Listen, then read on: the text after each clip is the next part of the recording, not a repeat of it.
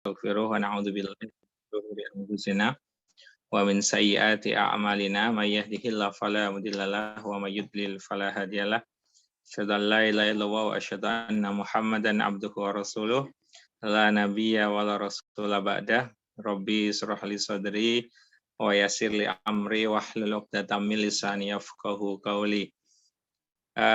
Yang terhormat Ibu Widya Stuti M.Hum selaku Wakil Ketua Majelis Pustaka dan Informasi Pimpinan Pusat Muhammadiyah, yang terhormat Bapak Ibu pimpinan Majelis Pustaka Informasi Pimpinan Pusat Muhammadiyah, segenap rekan-rekan panitia Kongres Sejarawan Muhammadiyah 2021,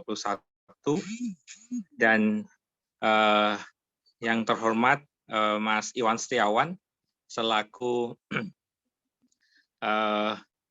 pemantik diskusi buku pada malam hari ini, yang merupakan rangkaian Prakongres Sejarawan Muhammadiyah, dan ini adalah bedah buku atau bedah karya Sejarah Muhammadiyah edisi 1, dan juga segenap hadirin partisipan acara pada malam hari ini yang sudah meramaikan. Alhamdulillah, kita bersyukur hadirat Allah yang melimpahkan nikmat dan juga terutama iman Islam serta kesehatan di tengah pandemi ini, di situasi yang kita tahu di banyak wilayah di Indonesia, khususnya mungkin tidak jauh dari mungkin Jogja ya, tempat saya tinggal. Kita tahu ada banyak cerita dari para relawan Muhammadiyah di garda terdepan penanganan COVID-19 dan juga pemakaman yang luar biasa. Dan hari ini juga salah satu senior di Pemuda Muhammadiyah wilayah juga dipanggil oleh Allah. Mohon doa semoga beliau husnul khotimah, Kang Eka Prayana ya dari PDPM Gunung Kidul. Maka kita sangat bersyukur ketika kita masih diberikan kesehatan oleh Allah. Dan salat dan salam semoga senantiasa tercurah kepada Nabi kita Nabi Muhammad Sallallahu Alaihi Wasallam, dan juga semoga tercurah kepada keluarga, sahabat dan umatnya hingga akhir zaman. Baik Bapak Ibu dan sahabat-sahabat hadirin pada malam hari ini, saya Gifari Yuristiadi selaku pembawa acara menyampaikan susunan acara kita. Yang pertama pembukaan, yang kedua adalah sambutan dari Majelis Pustaka dan Informasi Pimpinan Pusat Muhammadiyah, yang ketiga adalah acara inti kita bedah karya Sejarah Muhammadiyah edisi 1, yang akan mendiskusikan buku Kokam Kesatuan Muhammadiyah di Zaman Bergerak yang ditulis oleh Mas Iwan Setiawan, diterbitkan Suara Muhammadiyah tahun 2019. Sebentar, saya cek. Lupa tahunnya Mas Iwan. Betul ya Mas Iwan ya? 2019 ya Mas Iwan ya? 2018. Oke, dan nanti diskusi akan dibersamai oleh moderator kita Mas Fauzi Ihwani dari PDPM Sragen, dan juga nanti langsung buku ini langsung dibedah ya, didiskusikan oleh penulisnya yakni Mas Iwan Setiawan, yang saat ini beliau menjabat sebagai sekretaris bidang Kokam Pimpinan Pusat Pemuda Muhammadiyah. Dan juga nanti setelah itu ada informasi-informasi, ada tanya jawab terlebih dahulu, sekaligus nanti dipandu oleh moderator, dan kemudian ada lain-lain sebelum kita akhiri nanti di penghujung acara. Baik, tidak kami perpanjang kalam, mari kita buka acara kita pada malam hari ini dengan bersama membaca basmalah. Bismillahirrahmanirrahim. Baik, berikutnya kami persilahkan kepada Ibu Widya Stuti, SSM Hum, selaku Wakil Ketua Majelis Pustaka dan Informasi Bina Masyarakat Muhammadiyah, untuk memberikan sambutan. Disilahkan Bu. Ya, terima kasih Mas Gifari. Assalamualaikum warahmatullahi wabarakatuh. Asyhadu an la ilaha illallah wa asyhadu anna Muhammadar Rasulullah. Rabbi shrah li sadri wa yassir li amri wahlul 'uqdatam min lisani yafqahu qawli. Bapak dan Ibu yang hadir dalam acara pada malam hari ini, luar biasa. Saya di sini sebenarnya MPI-nya bukan cuma saya nih, ada Mas David Effendi yang saya sudah lama sekali nggak ketemu sama beliau saking sibuknya, dan ada beberapa tokoh ya, ada Mas Sektiadi ini sudah bergabung dengan kita juga. Pada malam hari ini memang kalau bisa dikatakan awal dari rangkaian perjalanan menuju Kongres Sejarawan Muhammadiyah tahun 2021 dimulai. Jadi ini sebenarnya ide lama, ide yang sudah agak lama, tetapi kemudian memang atas kerja keras Mas Gifari, Mas Ihsan, dan juga akhirnya disupport oleh banyak teman, kegiatan ini ataupun rencana kegiatan ini bisa dilaksanakan. Nah, kami dari MPI sebenarnya memang sudah sejak periode yang lalu, periode 2010 itu sudah menggerakkan, memprovokasi daerah wilayah untuk menuliskan sejarah lokalnya. Dan ternyata memang tidak mudah, tapi kami tidak berhenti, MPI tidak berhenti, dan selalu kemudian kita melakukan sosialisasi bagaimana kemudian wilayah-wilayah itu menuliskan. Ada yang bisa menuliskan buku, tetapi ada yang kemudian hanya menuliskan di webnya. Jadi memang beragam sekali, tetapi semangat teman-teman wilayah, teman-teman daerah untuk menuliskan sejarah lokalnya itu sangat luar biasa. Meskipun, nah ini mungkin nanti yang akan bisa dibahas oleh teman-teman di dalam Kongres Sejarawan, meskipun itu banyak juga yang ditulis oleh orang-orang yang tidak punya background ilmu sejarah sama sekali. Tetapi semangat untuk menulis, semangat untuk mengetahui sejarah ini sudah muncul di teman-teman, terutama di MPI seluruh Indonesia itu sejak periode 2010. Awal periode 2015 itu kami juga sudah pernah melakukan kerjasama dengan UMY, melakukan semacam penelitian ya, hibah penelitian tentang sejarah Muhammadiyah. Yang terakhir kemarin tahun 2020 kemarin kami menyelenggarakan Fahrudin Award yang memang sengaja mengangkat sejarah lokal, baik itu sejarah Muhammadiyah ataupun tokoh Muhammadiyah. Dan kemudian ternyata setelah kemarin kami dari MPI dan juga dari tim Museum Muhammadiyah itu mencoba berkeliling ke banyak wilayah, memang ternyata penulisan sejarah ini menjadi satu hal yang penting yang harus mulai dilakukan ataupun tidak jemu kita gaungkan untuk masing-masing wilayah itu menuliskan. Nah, momentum Kongres Sejarawan Muhammadiyah itu kita harapkan bisa mengumpulkan sejarawan, kalau saya mengatakan itu sejarawan yang formal maupun non formal, itu dalam satu forum, dan kemudian nanti bisa menelurkan sesuatu. Kalau nanti mungkin Mas Gifari akan menyampaikan sebenarnya output dari kongres ini apa saja. Tetapi kami dari MPI punya ekspektasi yang sangat besar. Saya sempat melempar, Pak Iwan ya, Sekretaris MPI sempat melempar ini ke grup yang lebih besar di pimpinan pusat Muhammadiyah, dan hampir semuanya itu responnya positif sekali. Banyak sekali Prof. Sudarnoto, kemudian Mas Najib dan lain sebagainya itu sebenarnya mereka sangat tertarik untuk ikut Zoom pada malam hari ini. Tapi ternyata kan pada malam hari ini juga bersamaan dengan takziah virtual untuk mengenang Prof. Baidowi yang meninggal kemarin. Jadi memang kita berharap ke depan besok-besok itu diskusi bedah karya Muhammadiyah ini akan bisa dihadiri oleh kalangan yang lebih luas lagi, baik itu oleh teman-teman wilayah. Nanti kita akan coba soundingkan ke MPI wilayah, sehingga teman-teman wilayah yang memang ada di bidang sejarah atau tertarik dengan ini sudah mulai berkembang.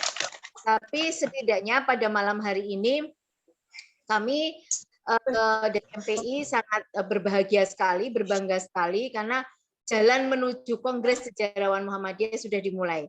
Dan ini merupakan satu momentum yang sangat luar biasa karena di samping kita bisa melakukan Kongres ini, kita juga insya Allah akan memiliki Museum Muhammadiyah yang itu juga berkaitan erat dengan nantinya sejarah itu sendiri, sehingga diharapkan ke depan sejarah Muhammadiyah, puzzle sejarah Muhammadiyah ini bisa tersusun dengan baik. Sekali lagi saya ucapkan terima kasih kepada teman-teman semuanya yang sudah merumuskan tentang kegiatan Kongres Sejarawan Muhammadiyah ini, dan ini akan menjadi sebuah momentum yang sangat luar biasa di tengah pandemi ini. Ternyata ada sesuatu yang sangat menarik untuk kemudian kita lakukan, dan kita harapkan dengan berkumpulnya para sejarawan Muhammadiyah atau setidaknya orang-orang yang peduli ataupun tertarik dengan ilmu sejarah, akan semakin banyak sejarah-sejarah yang bisa digali dari gerakan Muhammadiyah itu sendiri. Dan tentu saja sejarah ini nantinya akan bisa menjadikan pelajaran bagi kita semuanya dalam mengambil keputusan, mengambil sikap di masa yang akan datang. Terima kasih Mas Iwan yang akan menjadi pemantik pada malam hari ini, dan saya melihat banyak sekali yang hadir di sini begitu dari wilayah, kemudian ada beberapa tokoh juga yang tahu, dan semoga Bapak dan Ibu yang hadir di sini bisa bisa menikmati diskusi pada malam hari ini. Selamat malam Pak Mustaqim, luar biasa. Ya, selamat malam. Ini maaf sambil rapat di PDM saya mengikuti ini. Ya. Jadi beberapa hari yang ini kita semuanya di Muhammadiyah itu dikabarkan dengan banyak berita duka ya. Jadi 2 hari ini saya selalu mengatakan ketika buka WAG itu isinya cuma innalillahi wa inna ilaihi raji'un. Jadi ternyata banyak sekali kader-kader kita, kader-kader terbaik kita yang sudah istilahnya mendahului kita. Jadi kami berharap dari MPI itu berharap ke depan itu sejarah itu bukan hanya ditulis sejarah wilayah, tetapi juga mulai menulis tentang sejarah tokoh-tokoh Muhammadiyah. Dan jangan lupa, karena saya perempuan, maka nitip juga ini untuk tokoh-tokoh Aisyahnya, sejarah Aisyahnya itu juga ditariklah untuk diangkat, karena gerakan perempuan tahun ini kita akan mencoba untuk mendorong Siti Munjiah dan Siti Hayyinah untuk menjadi pahlawan nasional, dan tentu saja ini butuh kerjasama, butuh istilahnya dukungan dari semua sejarawan yang ada di Muhammadiyah untuk mengeluarkan mereka berdua dari kandang Muhammadiyah. Sekali lagi terima kasih. Ini ada Mas Makrun nih. Harusnya Mas Makrun besok di relay oleh TV-mu ini, bisa dikerjasamakan dengan TV-mu. Karena siap Bu, siap. Sangat luar biasa. Jadi sekali lagi saya sampaikan selamat kepada kita semuanya yang hari ini membuat sejarah baru dengan memulai sebuah langkah menuju Kongres Sejarawan Muhammadiyah yang pertama kali baru akan kita laksanakan di periode ini, di akhir periode 2015-2022. Mungkin itu saja yang bisa saya sampaikan, dan kita akan bertemu setiap minggu dengan tema yang sangat berbeda sampai nanti bulan November ketika Kongres Sejarawan Muhammadiyah akan dilaksanakan. Matur nuwun, assalamualaikum warahmatullahi wabarakatuh. Waalaikumsalam warahmatullahi wabarakatuh. Terima kasih Bu Waalaikumsalam atas sambutan yang disampaikan wakili Majelis Pustaka dan Informasi. Dan di sini juga hadir Profesor Syafiq Bugni, izin menyapa Prof. Syafiq, matur nuwun rawuhnya. Siap menyimak. Ada Prof. Syafiq nih. Dan juga ini Pak Mustaqim yang Dr. Mustaqim yang juga sejarawan kita, senior saya Bu di UGM. Dan kita juga lama berteman di Facebook ya Pak Mustaqim. Pengen banget, wah ini momen apa ya? Insya Allah momen kongres ini nanti bisa melibatkan dan bersama-sama Pak Mustaqim dan juga rekan-rekan sejarawan yang saya kira banyak sekali di sini yang dan juga peminat sejarah yang kita belum bisa kenalkan satu persatu. Baik, jadi sekilas Bapak Ibu hadirin sekalian tadi sudah disampaikan Bu Wiwit. Jadi memang Insya Allah kita punya satu hajat besar dan ini juga untuk kepentingan Persyarikatan Muhammadiyah bahwa saya Muhammadiyah perlu merebut tafsir sejarah dan itu ada di tangan para sejarawan. Kita sering kehilangan momentum, terutama di momen-momen politik yang seringkali Muhammadiyah kalah ya dalam konteks legitimasi dan sejarah menjadi penting dan saya kira menjadi satu harapan kita dengan kongres ini nanti Pimpinan Pusat Muhammadiyah juga akan sangat concern memikirkan bagaimana menyuarakan wacana kesejarahan ini dan ini ada di tangan para sejarawan. Meskipun kita tahu banyak sejarawan Muhammadiyah ini yang tidak berhome base di perguruan tinggi Muhammadiyah.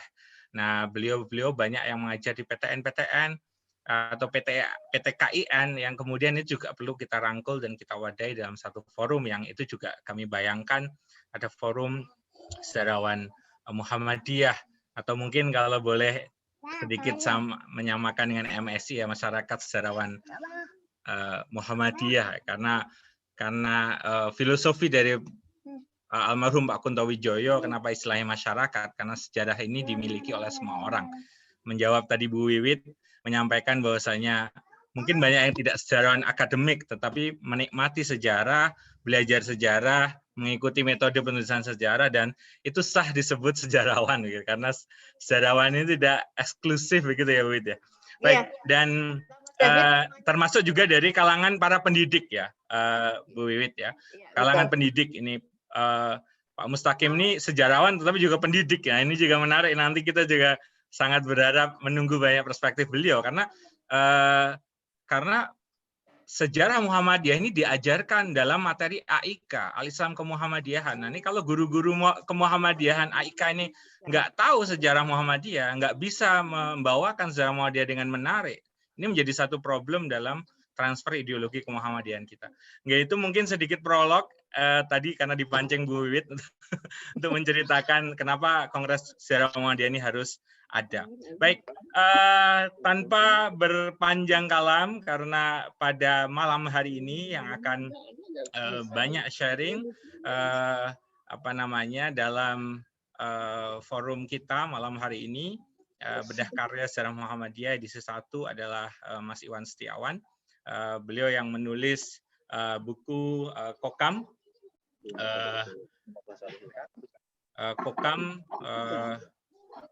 Persatuan Muhammadiyah di Zaman Bergerak yang saya kira satu tema yang menarik, lama sekali saya kira ceruk dari penulisan sejarah di periode 65 awal yang kemudian juga akhirnya akhirnya kehadiran Kokam di transisi demokrasi terpimpin ke Orde Baru ini menjadi satu momen yang menarik sekali ditulis dan Mas Iwan berhasil menuliskan dengan sangat awam ya karena pendekatannya Mas Iwan ini Mas Iwan bukan secara akademik tapi kemudian dengan sumber-sumber yang dimiliki begitu lengkap yang kemudian bisa disajikan dengan sangat informatif, populer tetapi juga tetap akademis. Nah, lebih detailnya disilahkan kepada saya undang Mas Fauzi Ikhwani. Ini kader kita dari PDPM Sragen untuk memimpin diskusi buku kita pada malam hari ini. Mas Fauzi ini juga divisi riset dari Solo Society, satu komunitas sejarah di kota Solo yang saya kira juga sudah sangat populer dan menasional. Monggo Mas Fauzi Ikhwani, silakan untuk memimpin. Oke, ya. Terima kasih Mas Kifari yang telah memberikan waktunya. Bismillahirrahmanirrahim. Assalamualaikum warahmatullahi wabarakatuh. Bersyukur kehadirat Allah Subhanahu wa taala atas segala limpahan nikmat dan juga karunia-Nya dan juga kepada Kanjeng Nabi Muhammad sallallahu alaihi wasallam yang akan terus kita nantikan syafaatnya di hari akhir nanti. Dan saya ucapkan terima kasih kepada Mas Givari selaku pembawa acara yang telah memberikan kami kesempatan untuk bisa membersamai Mas Iwan Setiawan sebagai moderator pada malam hari ini. Jadi pada malam hari ini kita semua berkumpul di dalam suatu majelis yang diselenggarakan oleh Majelis Pustaka dan Informasi Pimpinan Pusat Muhammadiyah tentang bedah karya sejarah Muhammadiyah. Nah, nanti kedepannya nanti akan kita terus melaksanakan setiap malam Selasa, Senin malam ya Mas. Jadi tiap Senin malam kita akan bertemu, bersilaturahim, sharing, kemudian menikmati beberapa kisah-kisah, kemudian juga kita bisa sharing antar daerah, antar cabang, antar wilayah di setiap malam Selasa ini. Jadi pada acara perdana di malam hari ini kita akan bahas tentang bedah buku, yaitu buku tentang Kokam, Kesatuan Muhammadiyah di Zaman Bergerak.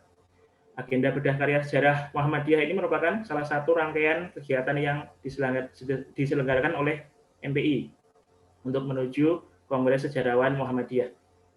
Nah, pada malam hari ini sebelumnya izinkan saya untuk memperkenalkan diri terlebih dahulu. Nama saya Fauzi Ikhwani. Kebetulan saya mendapatkan sebuah amanah menjadi pimpinan daerah Pemuda Muhammadiyah Kabupaten Sragen di bidang seni budaya olahraga. Kemudian yang kita juga sering sharing dengan Mas Givari tentang bagaimana tentang kejawaan, bagaimana tentang keislaman yang bisa bersinergi di dalam konteks kemuhammadiyahan. Di malam hari ini telah hadir narasumber kita yang sangat istimewa. Saya sendiri sangat ngefans dengan beliau. Beliau adalah Mas Iwan Setiawan. Sedikit saya sampaikan tentang CV beliau. Nama beliau adalah Iwan Setiawan, lahir di Yogyakarta, tanggal 6 Maret tahun 1982. Beliau lenggah atau tinggal di Kampung Nitian. Kemudian kesehariannya beliau sebagai Direktur CV Kolom Cetak, kemudian dosen AIK di Universitas Aisyah Yogyakarta, dan juga menjabat sebagai Sekretaris Kokam Nasional. Kemudian pada malam hari ini kita nanti akan sama-sama membedah bagaimana tentang isi dari buku Kokam ini, bagaimana Mas Iwan dalam mengambil datanya yang nanti akan bisa kita contoh, kita tiru bagaimana beliau bisa untuk menulisnya. Mas Iwan? Assalamualaikum. Ya, waalaikumsalam warahmatullahi. Oke. Siap Mas Iwan nggih? Nggih, siap. Oke. Sudah lama kita nggak ketemu nggih. Kemarin ke Sragen tapi ngabarinnya dekat sekali. Ya gini Mas Iwan, jadi kalau kita membahas Kokam ya, jadi membahas Kokam, Komando Kesiapsiagaan Angkatan Muda Muhammadiyah.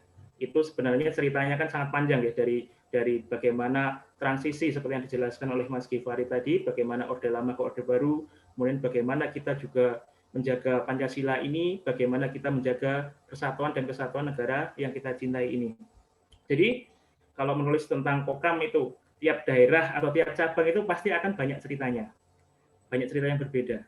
Nah, di dalam buku ini Mas Iwan dengan sangat runtut ya menceritakan bagaimana secara nasional Kokam itu seperti apa. Kemudian di akhirnya juga ada cerita-cerita tentang Kokam yang ada di cabang-cabang, di ranting-ranting di daerah. Dan nanti ke depan mungkin bisa kita bukukan ya model seperti bunga rampai seperti itu.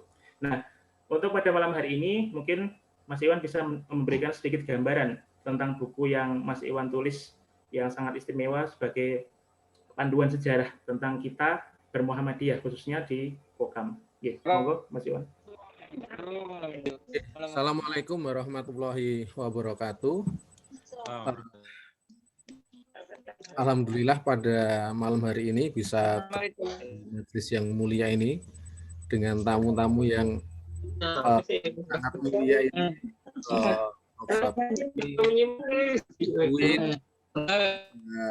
teman-teman komunitas sejarah juga yang lainnya. Suatu kehormatan ya bisa ikut di agenda Kongres Sejarawan Muhammadiyah. Nah, tentu saya itu bukan sejarawan, artinya ya anggap aja peminat sejarah. Tadi kata Mas Givari tadi, ya karena nulis buku tentang sejarah, ya mungkin sedikit-sedikit dianggap sebagai sejarawan.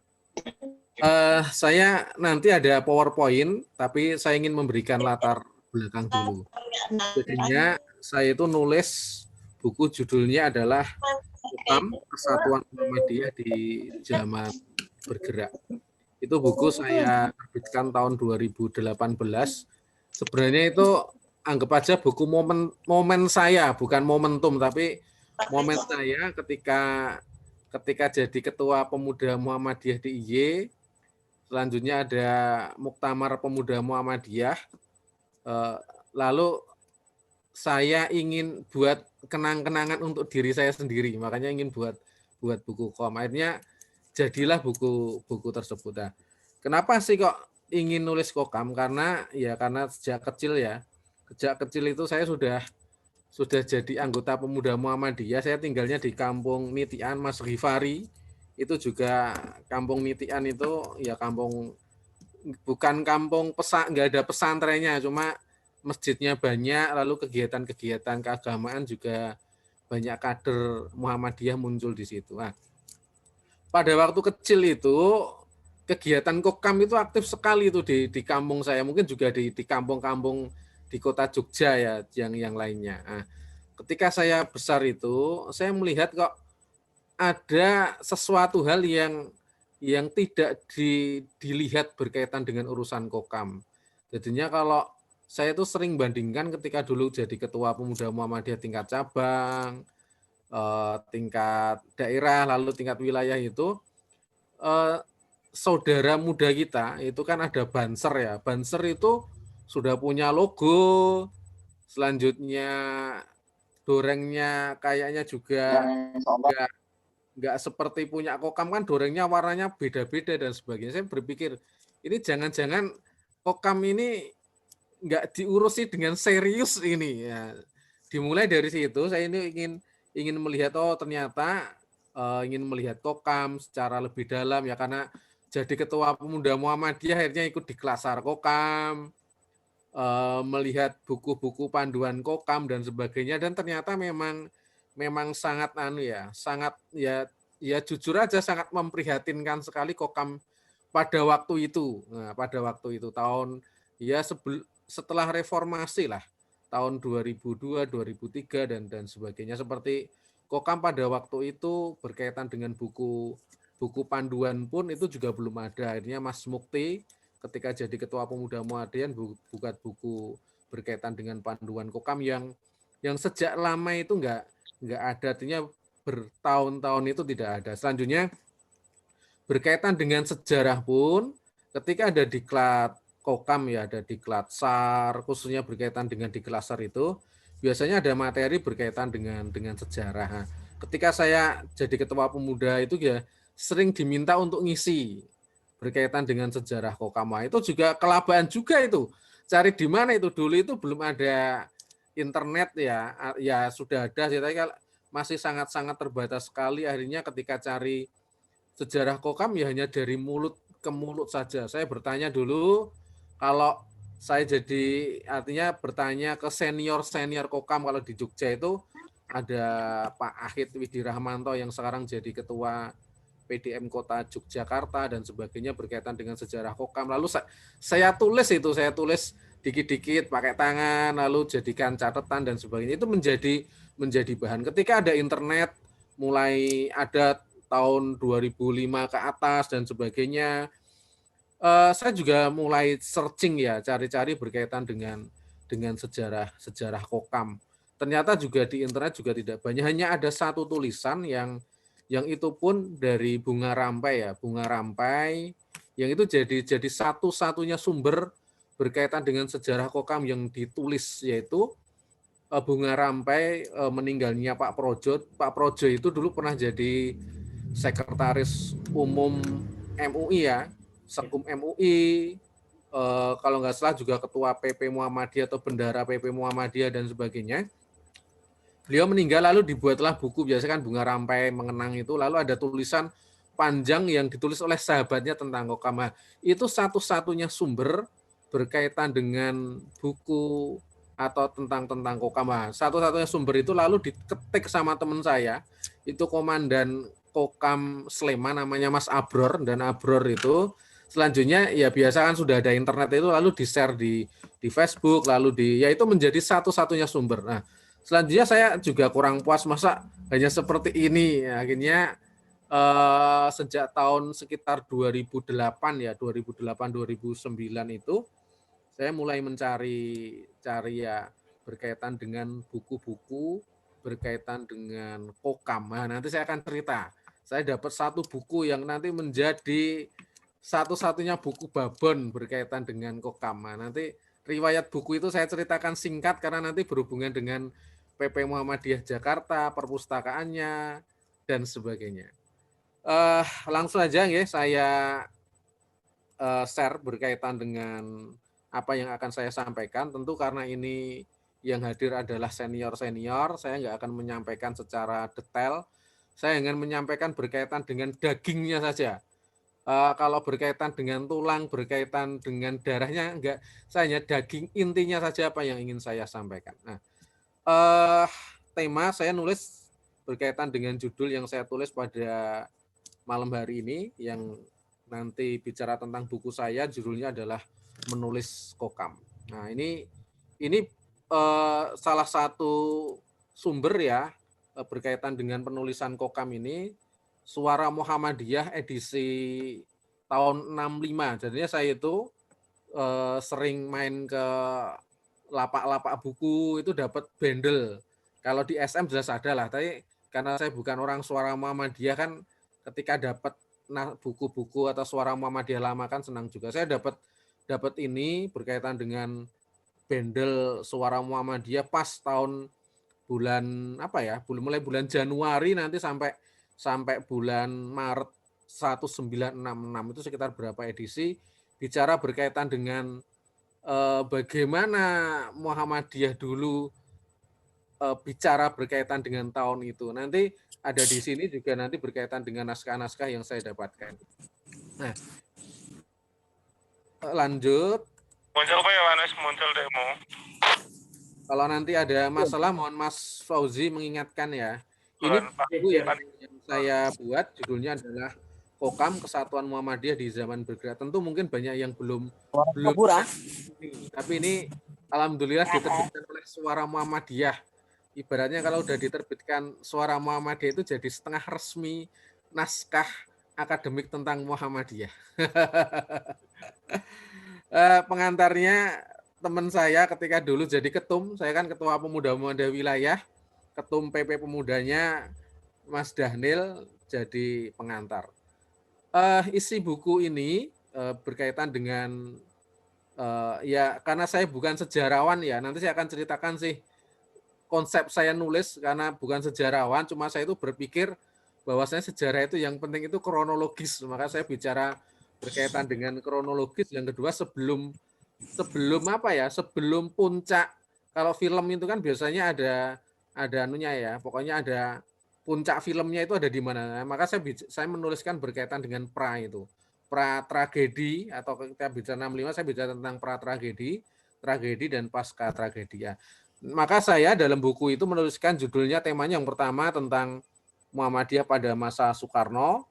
Selanjutnya adalah ketika tahun 65 saya beri judul Muhammadiyah di Zaman Bergerak. Nah, saya suka bukunya Takashi Shiraishi, kalau nggak salah ya, Zaman Bergerak ya. Itu bagus sekali itu buku, bicara berkaitan dengan Sarekat Islam atau gerakan Islam merah ataupun juga putih. Selanjutnya bicara berkaitan dengan berdirinya Kokam. Selanjutnya saya kasih ada nama Kokam ya, karena Kokam itu dulu namanya ada Komando Kesiapsiagaan, Komando Kewaspadaan dan sebagainya, sampai akhirnya menjadi nama sekarang. Selanjutnya bicara berkaitan dengan Kokam dalam 3 orde, karena Kokam itu sebenarnya juga masih tahun 70 itu mati suri, habis itu hidup lagi tahun 97, dihidupkan oleh Pak Hajri, habis itu pasca reformasi baru sampai seperti ini. Nah, salah satu jasanya teman saya Mas Dahnil itu adalah mempopulerkan Kokam. Nah, ketua yang lain itu menghidupkan, tapi di era Dahnil memang Kokam jadi populer ya, itu yang jadi poin berkaitan dengan Kokam di masa Dhanil. Selanjutnya nanti saya bicara berkaitan dengan Projo Kusumo. Pak Projo ini salah satu tokoh Muhammadiyah yang menurut saya unik lah, karena tokoh tentara, seorang tentara aktif, jadi ketua PWM DKI Jakarta, akhirnya nanti menjadi Panglima Kokam yang pertama. Panglima Kokam itu dulu ketua PWM. Wah, mantap nggak itu? Selanjutnya ada trilogi. Ya, ini yang saya pernah dengar dikritik sama Mas Givari ketika launching. Ketika saya nulis tentang trilogi ini, jadi bukunya jadi nggak bersejarah karena bicara tentang konteks, bicara tentang ide. Ya, saya terima kritikannya. Selanjutnya nanti bicara berkaitan dengan beberapa naskah yang saya dapatkan ketika buku itu di launching. Selanjutnya ada ya biasalah testimoni, ada Pak Hajri, ada Mas Mukti, ada ketua-ketua Ortom dan sebagainya. Sebenarnya prinsipnya itu ya ini buku oleh-oleh muktamar lah dulu ketika Muktamar Pemuda di Jogja 2018. Mengapa saya menulis sejarah Kokam? Yang pertama karena belum ada yang menulis sejarah Kokam secara lengkap. Nah, prinsipnya itu aja. Jadi bahan saya untuk ngisi acara, khususnya Diklat Kokam itu ya bagi saya penting lah. Secara pribadi mungkin juga nanti bagi yang lain. Yang kedua adalah sejarah Kokam penting sebagai ibroh, pelajaran dan pengetahuan bagi generasi kini dan masa depan. Ini normatif aja lah saya menuliskannya. Tapi dengan buku ini saya nanti dan kawan-kawan karena juga diamani jadi sekretaris Kokam, mulai memikirkan logo nasional Kokam, mulai memikirkan yang kepada anggaran dasar, anggaran rumah tangga walaupun nggak ada nama itu, mulai memikirkan buku Diklat Kokam dan sebagainya. Ya dengan sejarah ini saya melihat harus ada yang disempurnakan dari Kokam. Juga nanti bicara berkaitan dengan Kokam adalah para militer yang pada pasca Orde Baru atau pada Orde Reformasi, militerisme itu mulai dikikis, lalu apa yang bisa dilakukan oleh Kokam yang semi militer itu, para militer itu, maka harus juga dipikirkan. Jangan sampai Kokam terkesan mungkin mohon maaf seperti pemuda Pancasila dan sebagainya, harus punya punya paradigma yang berbeda. Nah, ini prinsip saya nulis. Saya menulis secara kronologi dengan menghadirkan latar belakang peristiwa yang pas. Selanjutnya saya mulai mengumpulkan sumber, informasi, dan ini saya ngambilnya dari Pak Kunto aja karena saya juga nggak punya sumber cara menuliskan buku sejarah itu nggak ngerti aja, cuma sering baca buku aja lah. Saya suka buku-bukunya, ada Pak Syafiq, bukunya tentang Hasan saya baca, bukan buku sejarah tapi menurut saya menarik lah kronologi tentang Hasan, bicara berkaitan dengan Pak Kunto tentang Madura, tapi menurut saya Pak Kunto itu lebih suka saya sebagai ilmuwan sosial daripada sejarawannya. Proses penulisan yang saya lakukan itu hanya 3 bulan. Yang lama itu adalah menemukan naskah. Nah, maka saat saya menemukan naskah itu buku kumpulan karangan, itu kumpulan tulisan diterbitkan tahun 1975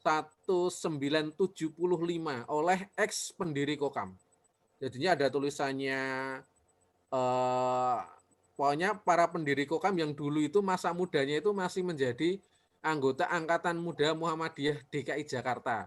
Tahun 75 itu mereka sudah menjadi pimpinan PWM, lalu mereka menuliskan tentang sejarah Kokam. Itulah yang jadi buku Babon. Nah, yang menarik itu, buku itu sampai hari ini tuh saya rasa juga nggak banyak juga, karena mungkin nggak ada ISBN-nya, bukunya itu stensilan, itu kisahnya itu saya dapatkan ketika dulu, kalau nggak salah ya, perpustakaan kalau nggak UM Jakarta, atau mungkin juga perpustakaan PP Muhammadiyah itu dibongkar, selanjutnya buku lawas-lawasnya itu dijual sampai ke para penjual pedagang buku bekas di Jakarta. Saya dapatkan dari salah satu pedagang itu yang buat ratusan buku, semuanya itu ada capnya Universitas Muhammadiyah Jakarta dan ada capnya hibah dari Profesor Dr. Hamka. Menarik itu bukunya.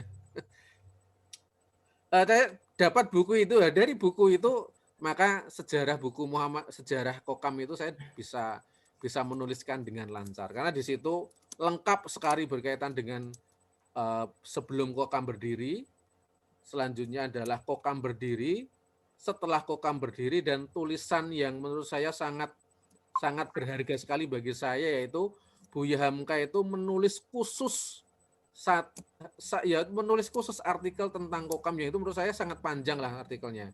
Jadi Buya Hamka setelah beliau ditangkap kan tahun 65, setelah itu beliau keluar, habis itu Buya Hamka itu turne kalau nggak salah itu difasilitasi oleh negara menyiarkan berkaitan dengan Orde Baru, ya karena Orde Baru pada waktu itu baru berkembang dan sebagainya. Dari perjalanan beliau itu, beliau sering dikawal oleh anggota Kokam lalu menuliskan kesan berkaitan dengan Kokam. Sangat panjang tulisannya dan menurut saya bisa jadi salah satu filosofi gerakan Kokam hari ini dan yang akan datang. Yang saya suguhkan yang pertama adalah, saya nggak akan cerita panjang lebar. Yang pertama adalah bagaimana kisah antara Masyumi, Muhammadiyah, dan Pra 65. Secara prinsip adalah pada waktu itu Muhammadiyah menjadi anggota istimewa Masyumi. Itu ya, menjadi anggota istimewa Masyumi, dan tahun 59 itu Masyumi itu membubarkan diri. Ada yang mengatakan dibubarkan, ada yang mengatakan membubarkan diri karena peristiwa PRRI, Permesta, dan sebagainya, lalu mereka membubarkan diri. Muhammadiyah itu kisahnya hampir sama dengan Masyumi, yaitu ketika Muhammadiyah pada waktu itu hampir dianggap sebagai organisasi terlarang. Nah, sehingga mungkin seperti zaman sekarang ya, kalau saya ingin mengandaikan ya, di orde sekarang ya, banyak anggota Muhammadiyah yang mohon maaf ya mungkin dalam tanda petik semi oposisi dengan pemerintah, tetapi mohon maaf juga pimpinan-pimpinannya dekat dengan pemerintah dan sebagainya, sehingga sering kalau dalam urusan politik itu ya sering terjadi miss. Tetapi itu pernah terjadi di tahun itu juga, tahun 65.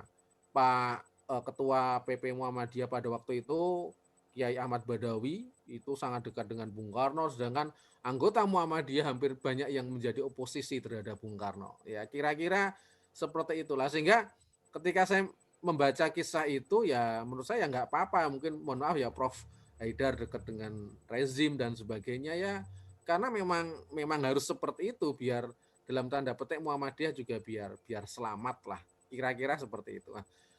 Setelah Masyumi bubar, keadaan Muhammadiyah hampir sama dengan kondisi Masyumi. Ini interpretasi saya ya, interpretasi saya sebagai seorang penulis saja yang baca buku tahun itu. Beberapa tokoh Muhammadiyah mulai dijebloskan ke penjara, khususnya para tokoh.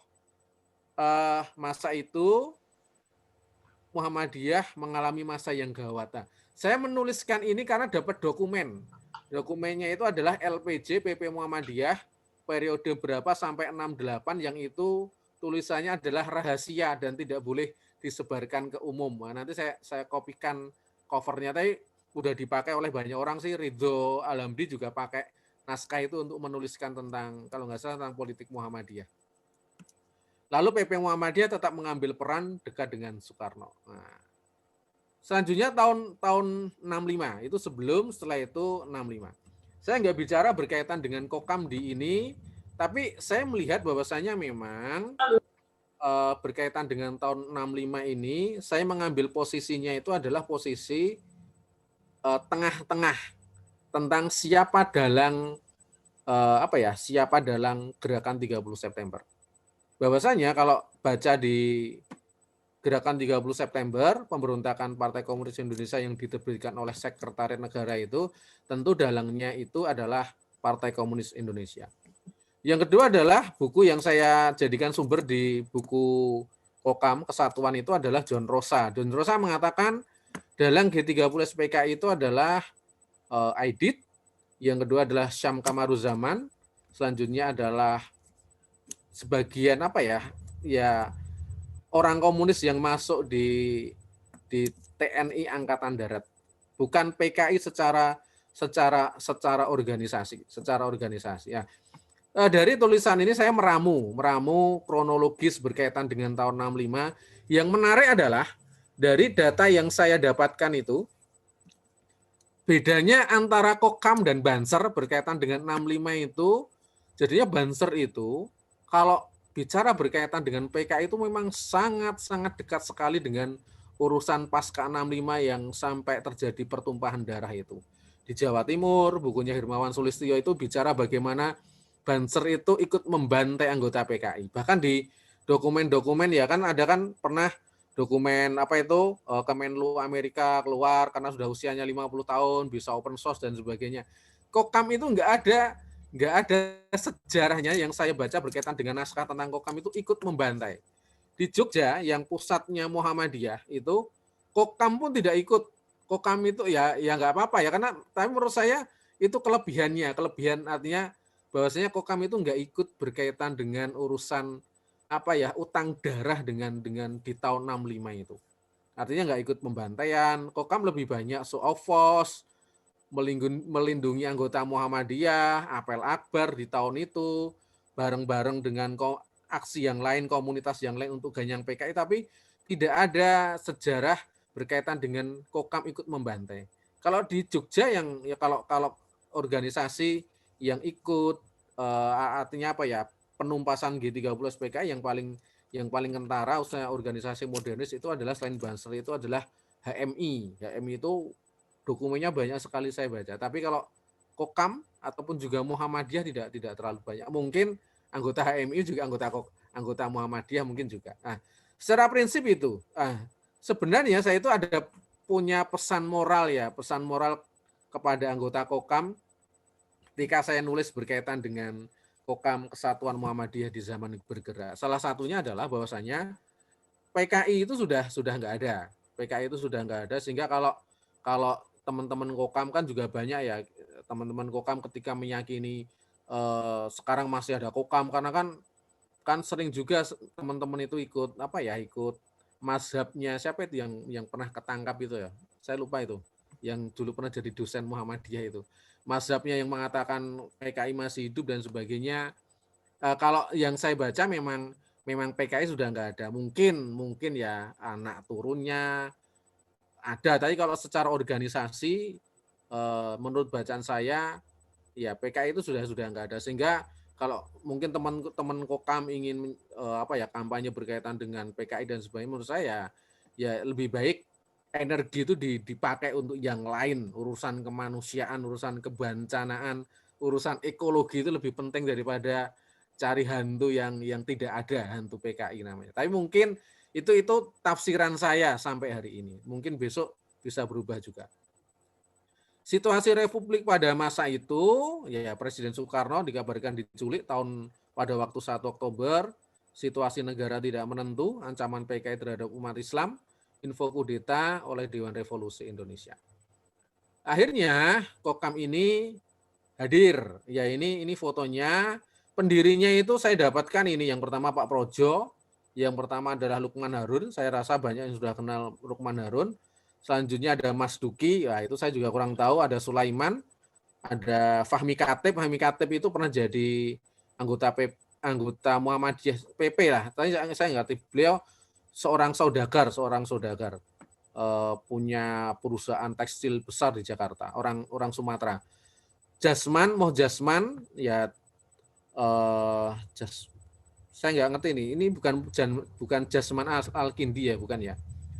Ada Nurwijoyo Sarjono, itu dulu hampir semua ini AMM DKI.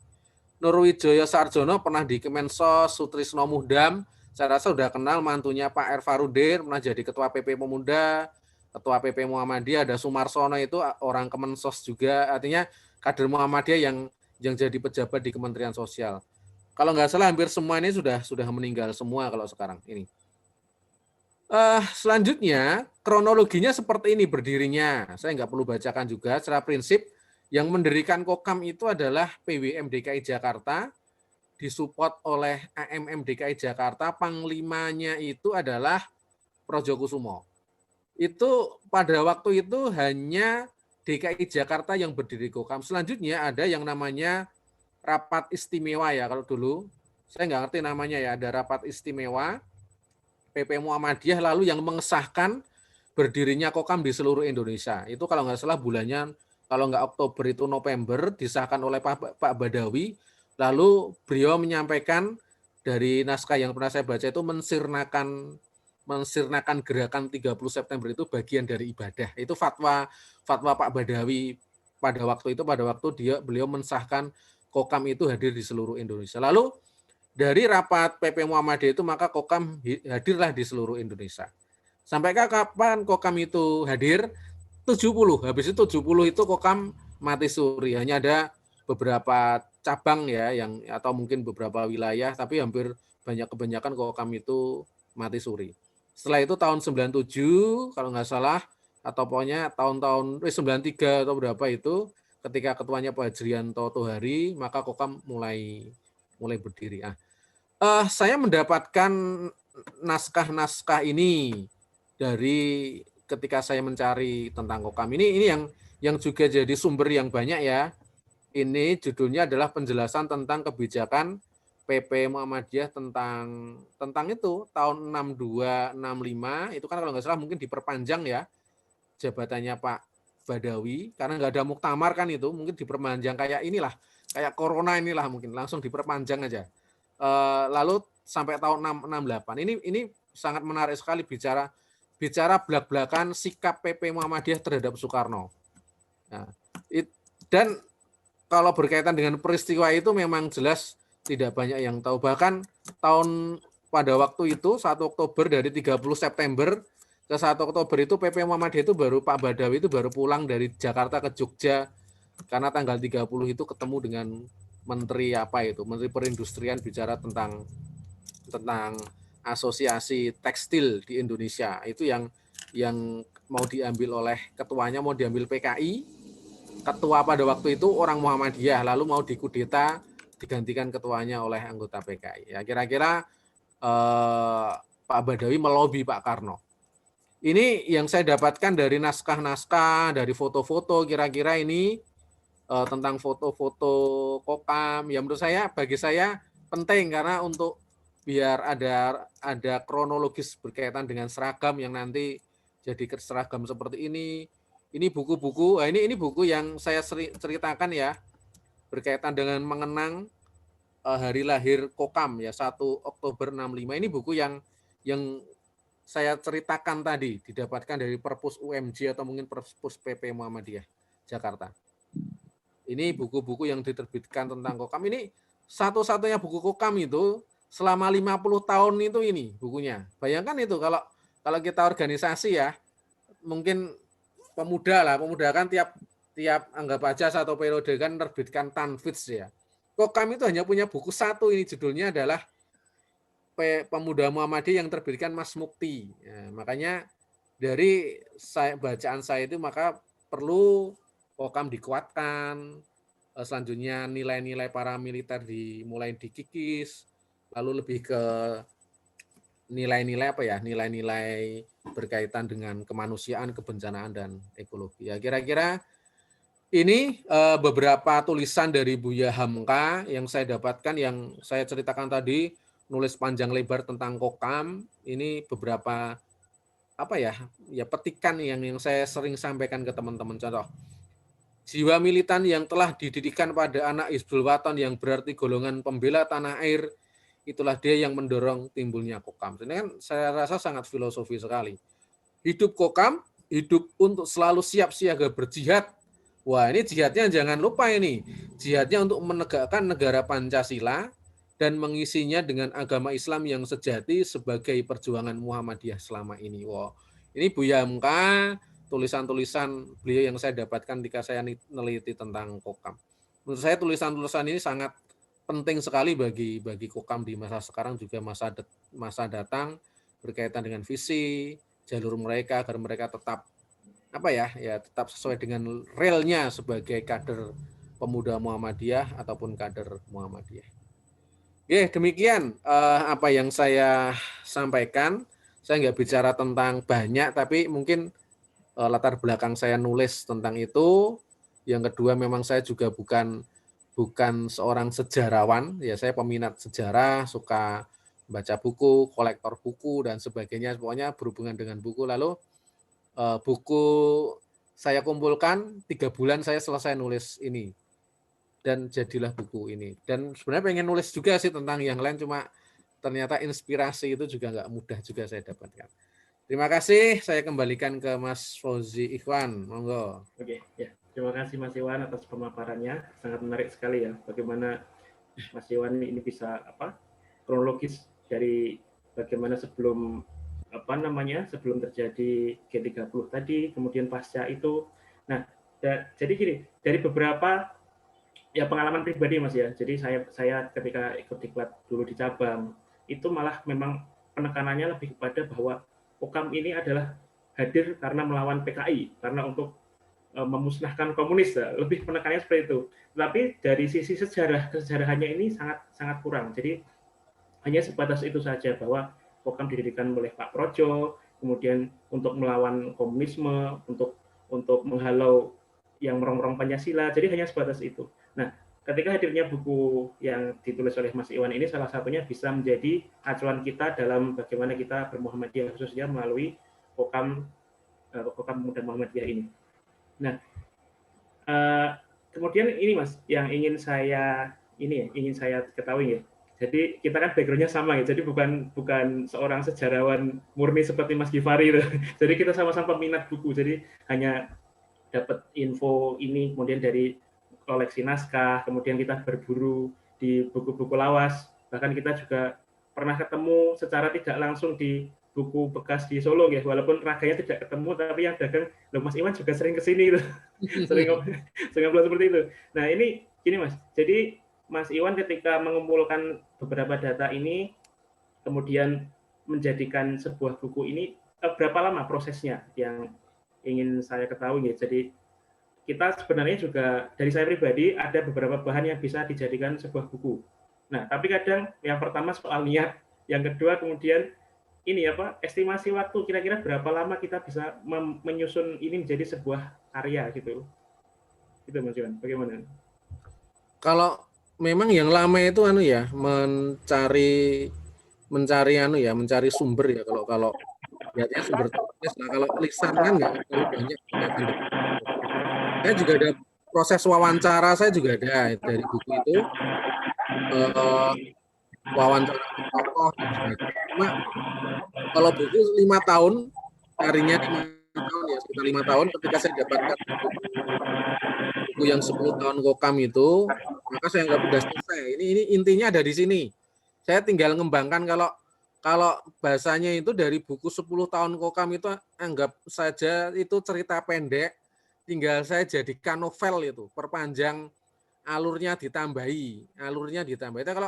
Makanya kalau menurut saya kalau sudah dapat buku Babon itu tinggal dikembangkan aja. Yang lain memang naskah yang lain menurut saya hanya sekedar pelengkap. Tapi ketika saya sudah dapatkan 10 tahun Kokam lengkap bicara berkaitan dengan kronologi, runtutan masalah berkaitan dengan sejarah Kokam, maka saya tinggal mengembangkan. Yang kembangkan berkaitan dengan pra tragedi ya, pra tragedi 65 kan seperti kisah Soekarno itu kan banyak sumbernya, banyaklah itu. Yang sulitan ketika nyari berkaitan dengan inti itu, berkaitan dengan Kokam, sejarah Kokamnya. Saya dapat naskah, dapat itu, maka saya nulis 3 bulan selesai. Kalau nggak ada buku itu, nggak dapat lah itu, nggak dapat inti dari sejarah Kokam itu. Oh ya. Ya jadi kalau dari kami di cabang atau di daerah itu kan lebih sering pada ini sejarah tutur ya Mas ya. Jadi tidak berdasarkan buku Babon yang bisa tertulis dijadikan acuan. Jadi hanya dari tokoh ini, kemudian putranya tokoh ini, cucunya tokoh ini, hanya sebatas itu. Jadi tidak ada buku yang bisa dijadikan panduan sebagai buku Babon tadi. Jadi ya rodok ngawang gitu kan seperti itu.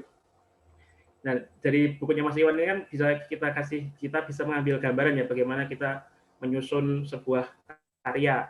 Jadi di teman-teman yang ada di cabang atau di daerah ini sebenarnya minat literasinya juga sangat tinggi. Apalagi kita juga akan menyambut tentang sejarah Kongres Sejarawan Muhammadiyah ya. Jadi salah satunya adalah bagaimana kita membukukan apa yang kita ketahui, apa yang kita miliki sebagai dasar ini ya. Nah, kemudian dari beberapa pengalaman kami, saya khususnya Mas ya, di cabang itu sebenarnya juga sangat sering nulis tentang kegiatan kita Kokam di cabang atau di daerah. Nah, ini sebenarnya bisa nggak Mas kalau dibuat sebuah bunga rampai? Jadi nanti ke depan bisa kita buat sebuah kisah-kisah kokam yang ada di cabang atau di daerah di seluruh Indonesia gitu. Jadi dibukukan menjadi satu buku, jadi seperti bunga rampai gitu. Itu dari pengalamannya Mas Iwan yang sebelumnya sudah ada belum? Belum ada sih. Sebenarnya kalau nulis sejarah sejarah tingkat cabang itu menurut saya sangat oke sekali gitu. Apalagi nulisnya tentang pimpinan cabang. Saya pernah nulis ya, kalau nggak sama Mas Ghifari lah itu, tentang sejarah PCM Umbul Harjo. Saya kan di Umbul Harjo ya, Umbul Harjo Kota. Ya. Ya nulis, tapi memang kalau nulis itu kronologinya lebih ke kronologi pimpinan ya. Contohnya mungkin PCM periode 2000, 2005, 2005, 2000 berapa. Saya pernah nulis diamanai periode periode kalau nggak salah 2000-2005 dengan ketuanya siapa. Saya biasanya nulis itu, lalu gayanya saya cerita aja karena bukan sejarawan, saya nggak bicara tentang struktur, saya cerita narsumnya ketua PCM, ya lumayan lah bisa jadi 4-5 halaman. Kalau digabungkan itu kan jadi banyak itu. Kira-kira kan juga kokam juga seperti itu. Yang menarik mungkin kalau kokam itu lebih ke sejarah awal berdiri, mungkin tepatnya jenengan Sragen atau mungkin tingkat cabang. PCM itu atau tingkat cabang itu kokam tingkat cabang, pendirinya siapa, sejarahnya gimana, lalu kronologi periode dan sebagainya. Menurut saya itu yang bisa digarap. Periodisasi itu kalau dalam organisasi itu mudah bisa didapatkan karena ada narsumnya, ada narsum yang ya mungkin sekiranya masih hidup dan sebagainya. Kira-kira itu Mas.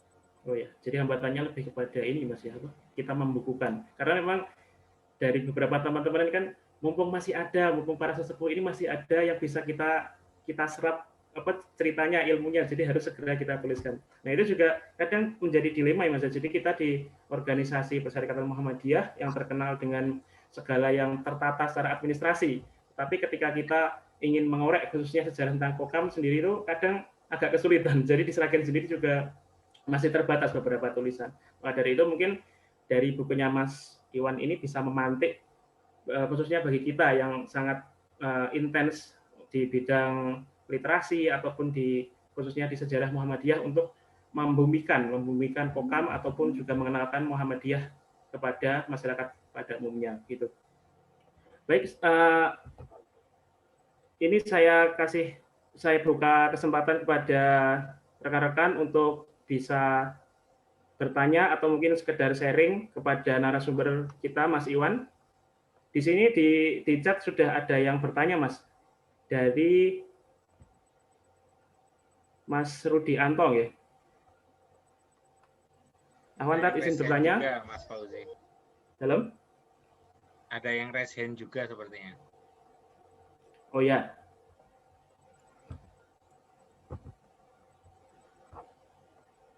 Oke, saya bacakan aja sekalian. Ya, Mas Fauzi, saya jawab dari Mas Rudi Anto ini. Saya nggak jawab secara panjang lebar ya. Ini berkaitan dengan ini PKI ya, berkaitan dengan PKI.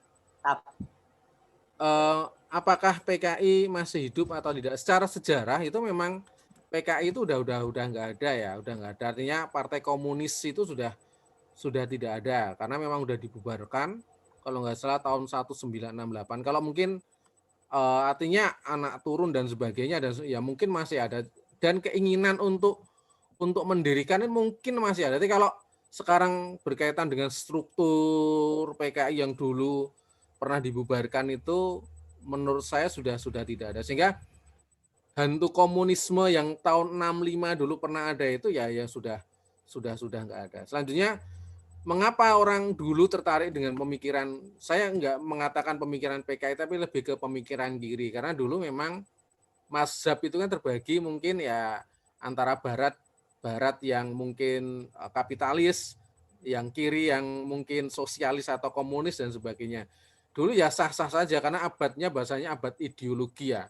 Abad ideologi, sehingga mengapa orang tertarik ya karena memang ideologi kiri juga menawarkan mungkin bahasanya ya hal-hal yang sifatnya bagi orang itu menarik. Contoh mungkin kalau di zaman dulu berkaitan dengan ada masalah tanah, pembagian tanah yang untuk rakyat miskin, dari orang kaya dikasih ke rakyat miskin, ataupun juga sama rata sama rasa, itu kan juga ideologi yang menarik bagi sebagian orang. Apakah mungkin pemikiran PKI hidup lagi? Kalau mungkin pemikiran PKI ya mungkin kalau pemikiran kiri sampai sekarang pun masih hidup ya. Sosialisme kan juga mungkin bagian dari kiri. Tapi kalau berkaitan dengan nilai kehidupan PKI artinya Partai Komunis Indonesia hidup kembali di masa sekarang, saya rasa sangat sulit ya, karena luka sejarahnya sangat dalam sekali. Apa yang bisa dilakukan generasi muda mengenai pemikiran PKI? Saya rasa kalau kita sering baca itu, kalau ada pemikiran kiri itu ya dan mungkin kita juga baca itu ya tidak masalah, tidak masalah dalam artian itu sesuatu hal yang biasa. Jangan sampai malah kalau kita jadi jarang baca, selanjutnya ada pemikiran baru lalu kita malah tertarik dan sebagainya. Kalau kita jadi orang yang banyak baca, insya Allah lah, baik itu pemikiran kanan, pemikiran kiri, itu bagi kita, kalau mungkin ya bagi kader Muhammadiyah yang ideologinya itu adalah Islam dan sebagainya, saya rasa udah jadi pijakan kehidupan lah. Kalau hanya kanan dan kiri itu ya hanya bacaan saja, tapi nggak sampai merasuk lalu berpengaruh ke dalam diri kita. Dari Mas Yudi, wah ini teman saya. Ini ada usulan ini, wah ini malah usulan ada kegiatan Kokam seluruh Indonesia lalu dibukukan seperti ada ekspedisi Everest dimotori oleh Kopassus dan sebagainya. Saya rasa juga menarik juga. Mungkin teman-teman Kokam buat ekspedisi apa, selanjutnya dibukukan. Di Aceh itu ada itu teman-teman Kokam itu ekspedisinya itu ekspedisi kalau nggak salah itu survival di hutan. Saya rasa ditulis juga menarik sekali, apalagi tulisan berkaitan dengan ekspedisi keliling Indonesia itu kan bagus kan. Ada itu tulisan ekspedisi dan sebagainya, kalau itu ada tim jurnalistiknya, ada tim penulisnya juga bagus sekali. Menurut saya yang paling penting memang gairah menulis itu loh. Baik teman-teman Kokam ataupun juga yang lain kader Muhammadiyah di tingkat ranting, cabang dan sebagainya, kalau ada gairah menulis saya rasa bisa dibukukan itu sejarah Muhammadiyah lokal. Dan sangat penting sekali itu bagi minimal untuk untuk kisah Muhammadiyah di tingkat lokal, ranting, cabang ataupun daerah, sehingga kita nggak buta sejarah. Itu Mas Ozi. Oh iya.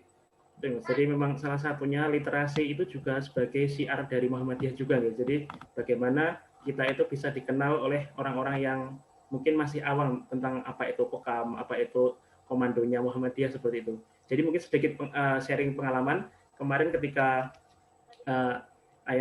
bapak saya dimakamkan di tempatnya Simbah. Jadi itu salah satu basis NU tradisional. Jadi di situ NU tradisional.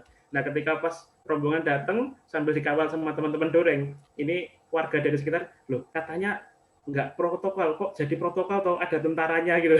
Karena memang dari sana tidak kenal Doreng dari Kokam. Kemudian ada yang mengatakan bahwa, loh sampai ini kenal atau Dorengnya Muhammadiyah, ini itu bansernya Muhammadiyah gitu. Jadi kadang agak kontras ya. Bagaimana kok kita dikatakan bansernya Muhammadiyah? Kenapa kok tidak dibalik? Ketika orang melihat banser itu, orang mengatakan bahwa ini loh Kokamnya NU gitu. Jadi salah satu bagaimana kita syiar melalui literasi itu adalah mengenalkan identitas atau karakter dari Muhammadiyah itu sendiri. Baik, kepada teman-teman yang mungkin ingin bertanya, kita kasih kesempatan dengan Resen. Mumpung kita bisa sharing-sharing, waktunya masih cukup panjang ya, jadi nanti sekitar jam 21 lebih nanti kita batasi. Ada teman-teman yang ingin bertanya, mau Resen? Mas Fauzi. Ya. Ada 4 yang Resen.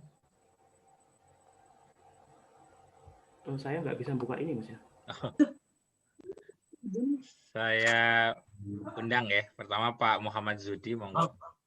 Mau makan tuh. Assalamualaikum warahmatullahi wabarakatuh. Ada nasi. Waalaikumsalam warahmatullahi. Sugeng dalu sedayanipun. Selamat malam. Selamat malam Mas. Itu berkenaan dengan buku itu sangat menarik sepertinya karena ketika saya bekerja di sebuah perusahaan multinasional yang bergerak di bidang safety shoes, King Safety Wear, itu kebetulan kita ada divisi yang menangani masalah yang berkenaan dengan Army. Nah, disitulah saya dapat buku itu, Mas. Buku tentang ekspedisi Everest yang digagas oleh Kopassus. Jadi itu diawali dan pesertanya pun bukan hanya dari militer saja waktu itu. Jadi pesertanya itu dari sipil, dari mahasiswa yang diseleksi, itu ada 2 tim, dan ketika kita membaca buku itu jadi kita seolah-olah kita itu berada di lokasi gitu loh. Lokasi kejadian, padahal kita cuma membaca buku. Nah, dari situ kan bisa menimbulkan ghiroh kita untuk mengetahui ternyata sejarah Kokam di seluruh dari Sabang sampai Merauke itu kaya banget gitu loh. Nah, kita ibaratnya nggak usah datang ke lokasi dengan membaca buku itu, kita sudah bisa merasakan apa yang terjadi ketika para founding fathers Kokam di daerah itu mendirikan sampai mengembangkan hingga sekarang. Nah, itu saya kira akan sangat menarik sekali dan akan lebih mudah itu. Karena apa? Jadi tinggal dibikin aja tim di masing-masing PWM atau PWPM atau markas wilayah Kokam itu untuk menggali, dan nanti tinggal dari tim editing di tingkat nasional tinggal membuat screeningnya gitu loh. Nah, itu mudah-mudahan bisa terlaksana. Itu saja mungkin dari saya. Assalamualaikum warahmatullahi wabarakatuh. Waalaikumsalam warahmatullahi wabarakatuh. Matur nuwun Mas Yudi. Saya rasa idenya sangat menarik sekali ini. Kalau ada ekspedisi apa itu teman-teman nggak harus Kokam ya kalau itu ya Mas. Iya, Teman-teman semuanya. Teman-teman IPM, Iya.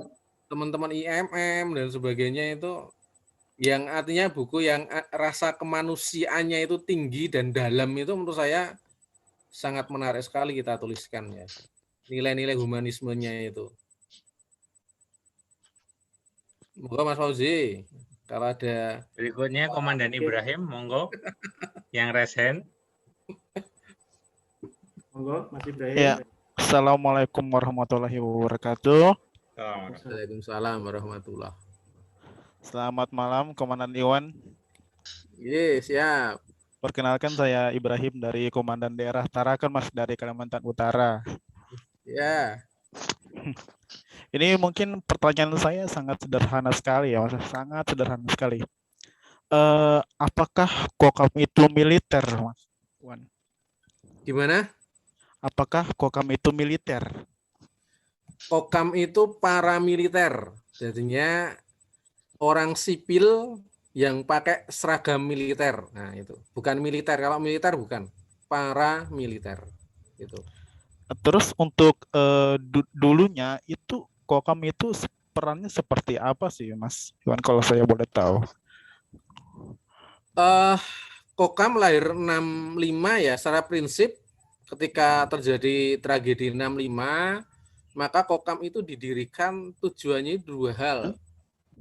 Yang pertama itu adalah untuk melindungi persyarikatan, anggap aja itu kalau terjadi chaos ya, anggap aja kita mau mengimajinasikan chaos di negara itu, maka anak-anak muda yang dulu namanya Angkatan Muda Muhammadiyah itu membuat pasukan ya, kalau anggap aja dulu nggak ada Kokam, nggak ada Banser, itu anggap saja pasukan pengamanan untuk melindungi, yang pertama melindungi persyarikatan, yang kedua adalah melindungi bangsa Indonesia. Itu niat luhur dari berdirinya Kokam. Yang mendirikan itu ketua PWM. Pas saja ketua PWM itu namanya Pak Projokusumo, militer aktif, dulu pangkatnya mayor, sehingga memang ketika Kokam berdiri berkaitan dengan urusan seragam itu banyak disupport oleh TNI. Tapi secara prinsip Kokam itu adalah tetap sipil yang dipakaikan baju seragam militer gitu. Terus untuk ini yang terakhir Mas, kalau boleh. Kalau memang berkenaan dengan Hizbul Wathan itu sejarahnya hampir sama atau berbeda sekali atau bagaimana? Oh, jauh.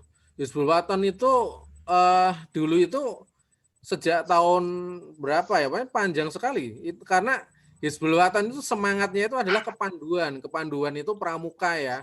Lord Baden-Powell, orang Eropa sudah mengenal kepanduan. Kalau Kokam lebih dekat ke militer, kalau Hizbul Wathan lebih dekatnya ke kepanduan. Kepanduan yang dulu ya itu Baden-Powell itu ya, bagaimana survival di alam, mencintai alam dan sebagainya. Kalau Kokam lebih semi militer, beda jauh dengan Hizbul Wathan gitu. Mas, terima kasih Mas. Ya. Terima kasih Komandan Ibrahim. Kemudian selanjutnya yang resen ada Mas Rikas dari Pontianak ya. Monggo Mas. Suara saya terdengar? Siap terdengar. Oke, baik. Terima kasih. Sebelumnya, Assalamualaikum warahmatullahi wabarakatuh. Waalaikumsalam warahmatullahi wabarakatuh. Selamat malam Bapak Ibu semua. Selamat malam Bu Wiwit. Selamat malam Bu Bapak Ibu yang lain, Pak Gifari, Pak Fauzi, Pak Iwan, kemudian Ketua PDM atau komandan-komandan lainnya. Saya lihat di sini juga ada Pak Mustaqim. Pernah ketemu dulu waktu di Inti Bangsa di Aceh. Salam sehat, salam semangat. Luar biasa Pak Dr. Mustaqim. Kemudian ada Pak Yusri Darmadi juga di sini, sejarawan Balai Pelestarian Nilai Budaya Kalbar. Ada beberapa yang ingin saya tanyakan terkait dengan Kokam.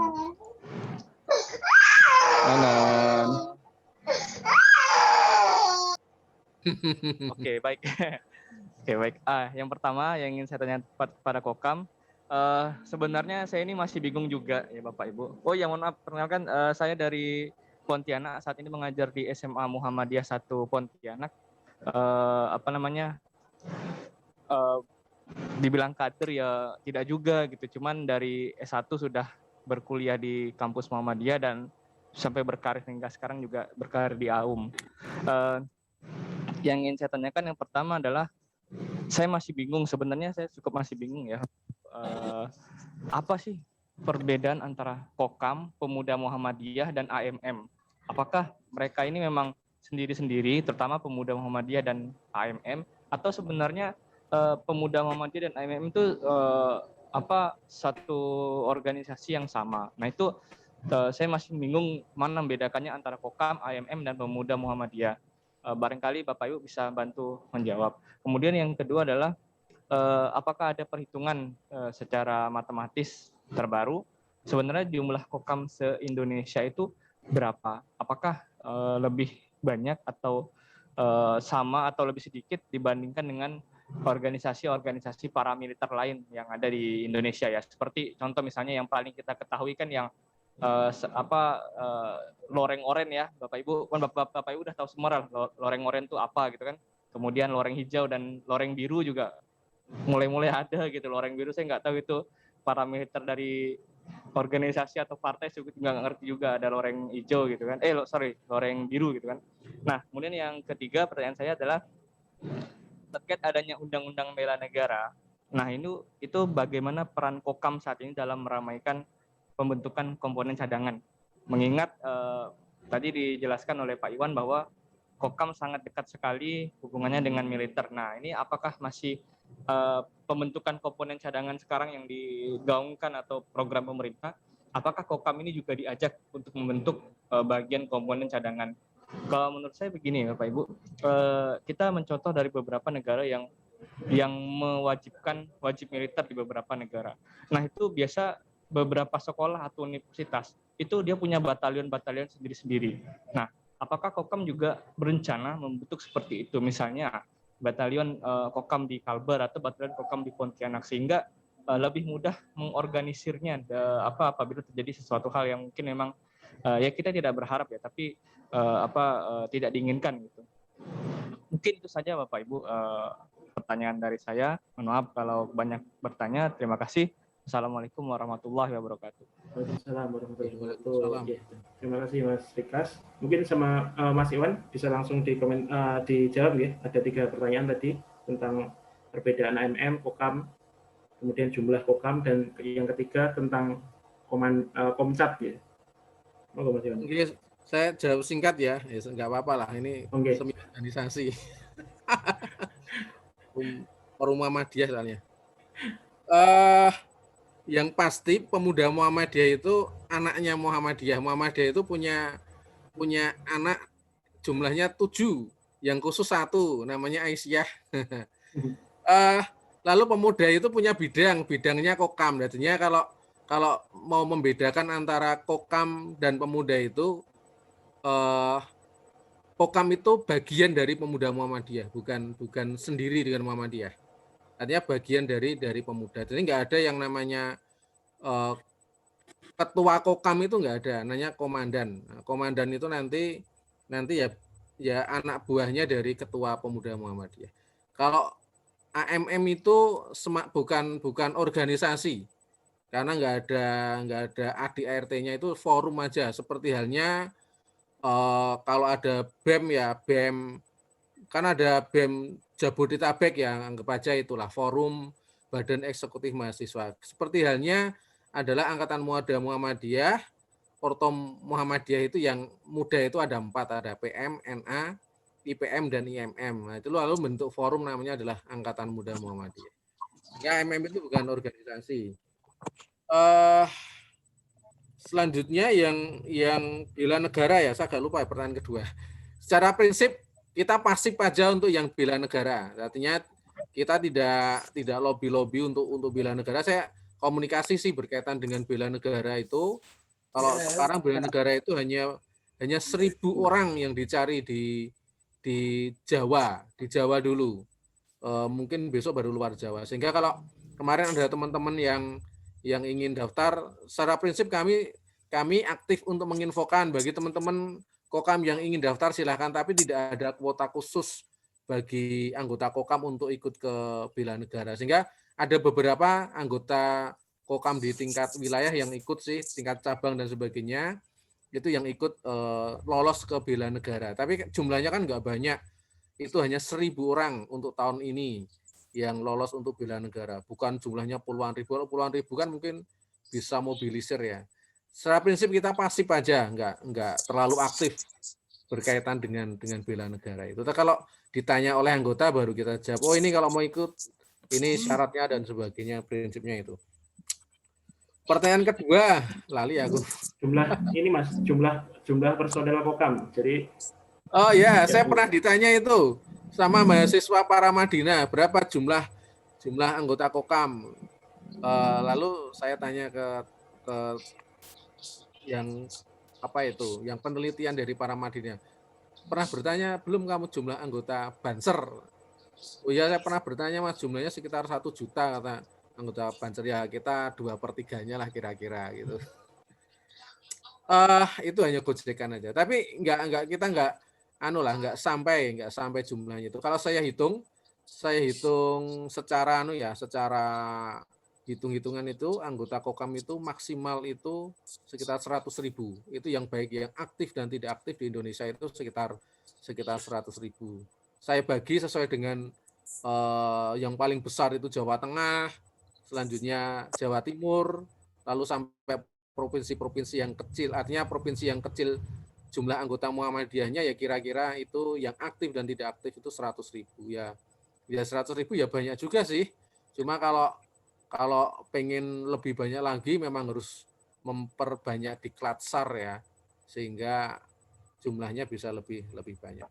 Oh ya ini Mas, ini ada pertanyaan dari Pak Marta Bahtiar, langsung saja jawab aja ya Mas Fauzi. Oke, monggo Mas. Ini singkat-singkat aja, tapi pertanyaannya menarik. Berkaitan dengan seragam Kokam yang mirip seragam Kopassus, karena memang dulu khususnya Kokam yang ada di Jakarta itu pada waktu itu komandannya Pak Projo, dia kerjanya di Kemenhan, Kementerian Pertahanan. Selanjutnya memang beliau punya koneksi dengan RPKAD ya, RPKAD yang akhirnya RPKAD itu menjadi Kopassus. Yang melatih anggota Kokam itu memang dari RPKAD. Kalau kita bicara sekarang bicara teori ya mungkin Kokam itu juga bagian dari korban ya, Banser juga bagian dari korban dan sebagainya. Ya benar juga ya korban saya nggak mengatakan konspirasi ya, tapi high politik itu kan dulu yang memainkan kan militer ya. Dan orang sipil kan hanya ikut-ikutan saja, tetapi ya yang menikmati Orde Baru juga militer, kita kan juga nggak menikmati kan. Tapi kalau sejarahnya itu dari Kopassus, karena dulu yang melatih Kopassus, tapi beda-beda. Jawa Timur itu karena ada Armada Barat itu yang melatih dari Angkatan Laut ketika Kokam Jawa Timur itu. Selanjutnya ada beberapa daerah di luar Jawa yang melatih juga ada Angkatan Darat, ada Angkatan Udara dan sebagainya, sehingga seragam Kokam itu dulu macam-macam, nggak hanya tidak hanya loreng seperti RPKAD. Kalau Angkatan Laut mungkin juga seragamnya agak beda, Jogja itu yang melatih juga beda. Seragamnya akhirnya beda-beda. Bahwa di dalam sejarah anggota atau tokoh PKI diasingkan di Pulau Buru, di sana beranak pinak, apakah saat ini keturunan PKI diketahui tersebar di mana saja? Secara prinsip ya Pulau Buru itu ya mirip penjara ya, kalau beranak pinak enggak lah, karena mereka dipenjarakan 60 tahun ya, tahun 70 sampai tahun 80, setelah itu dikembalikan lagi.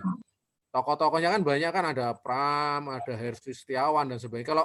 Kalau beranak pinak ya jelas lah, tapi kan saya rasa juga kita sekarang nggak bisa menstigmatisasi ya, sudah menjadi warga negara, kalau mereka udah NKRI, sudah nggak ada pikiran untuk menjadi anggota PKI kan juga nggak masalah kan. Artinya jangan sampai dosa PKI lalu anak turunnya kan kita juga nggak ada juga ya. Secara kemanusiaan juga saya rasa cukuplah sampai ke orang tuanya, jangan sampai kita menstigmatisasi ke keluarganya dan sebagainya. Oke. Pertanyaan terakhir Mas dari Mas Ikhwan yang raise hand. Monggo Mas Ikhwan.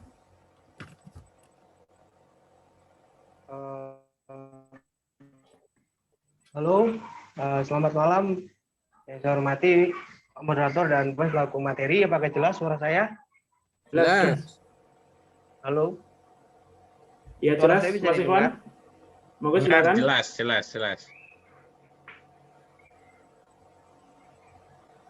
Halo. Bisa didengar Pak ya? Bisa, monggo.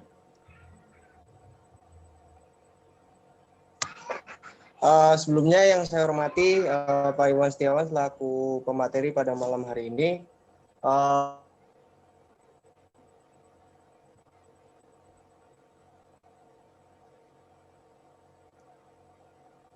Halo, Mas Ikhwan. Jaringannya Mas Ikhwan kayak yang agak hilang. Oh iya. Ya. Oh, udah live ya? Kelempar kayaknya. Oh ya. Ini ada pertanyaan menarik yang bisa dijawab oleh teman-teman panitia, bukan saya. Saya bacakan ya, nggak apa-apa ya. Halo, suara bisa didengar? Apakah Kongres Sejarawan Muhammadiyah itu bagaimana bisa bergabung? Di sini agak susah. Saya menarik itu Mas Ghifari mungkin bisa. Nanti saya jawab Mas Iwan. Mas Ikhwan tadi sepertinya ya. Dimatikan aja kameranya Mas Ikhwan. Jadi tadi sempat keluar dulu. Oh ya, monggo langsung pertanyaan aja Mas.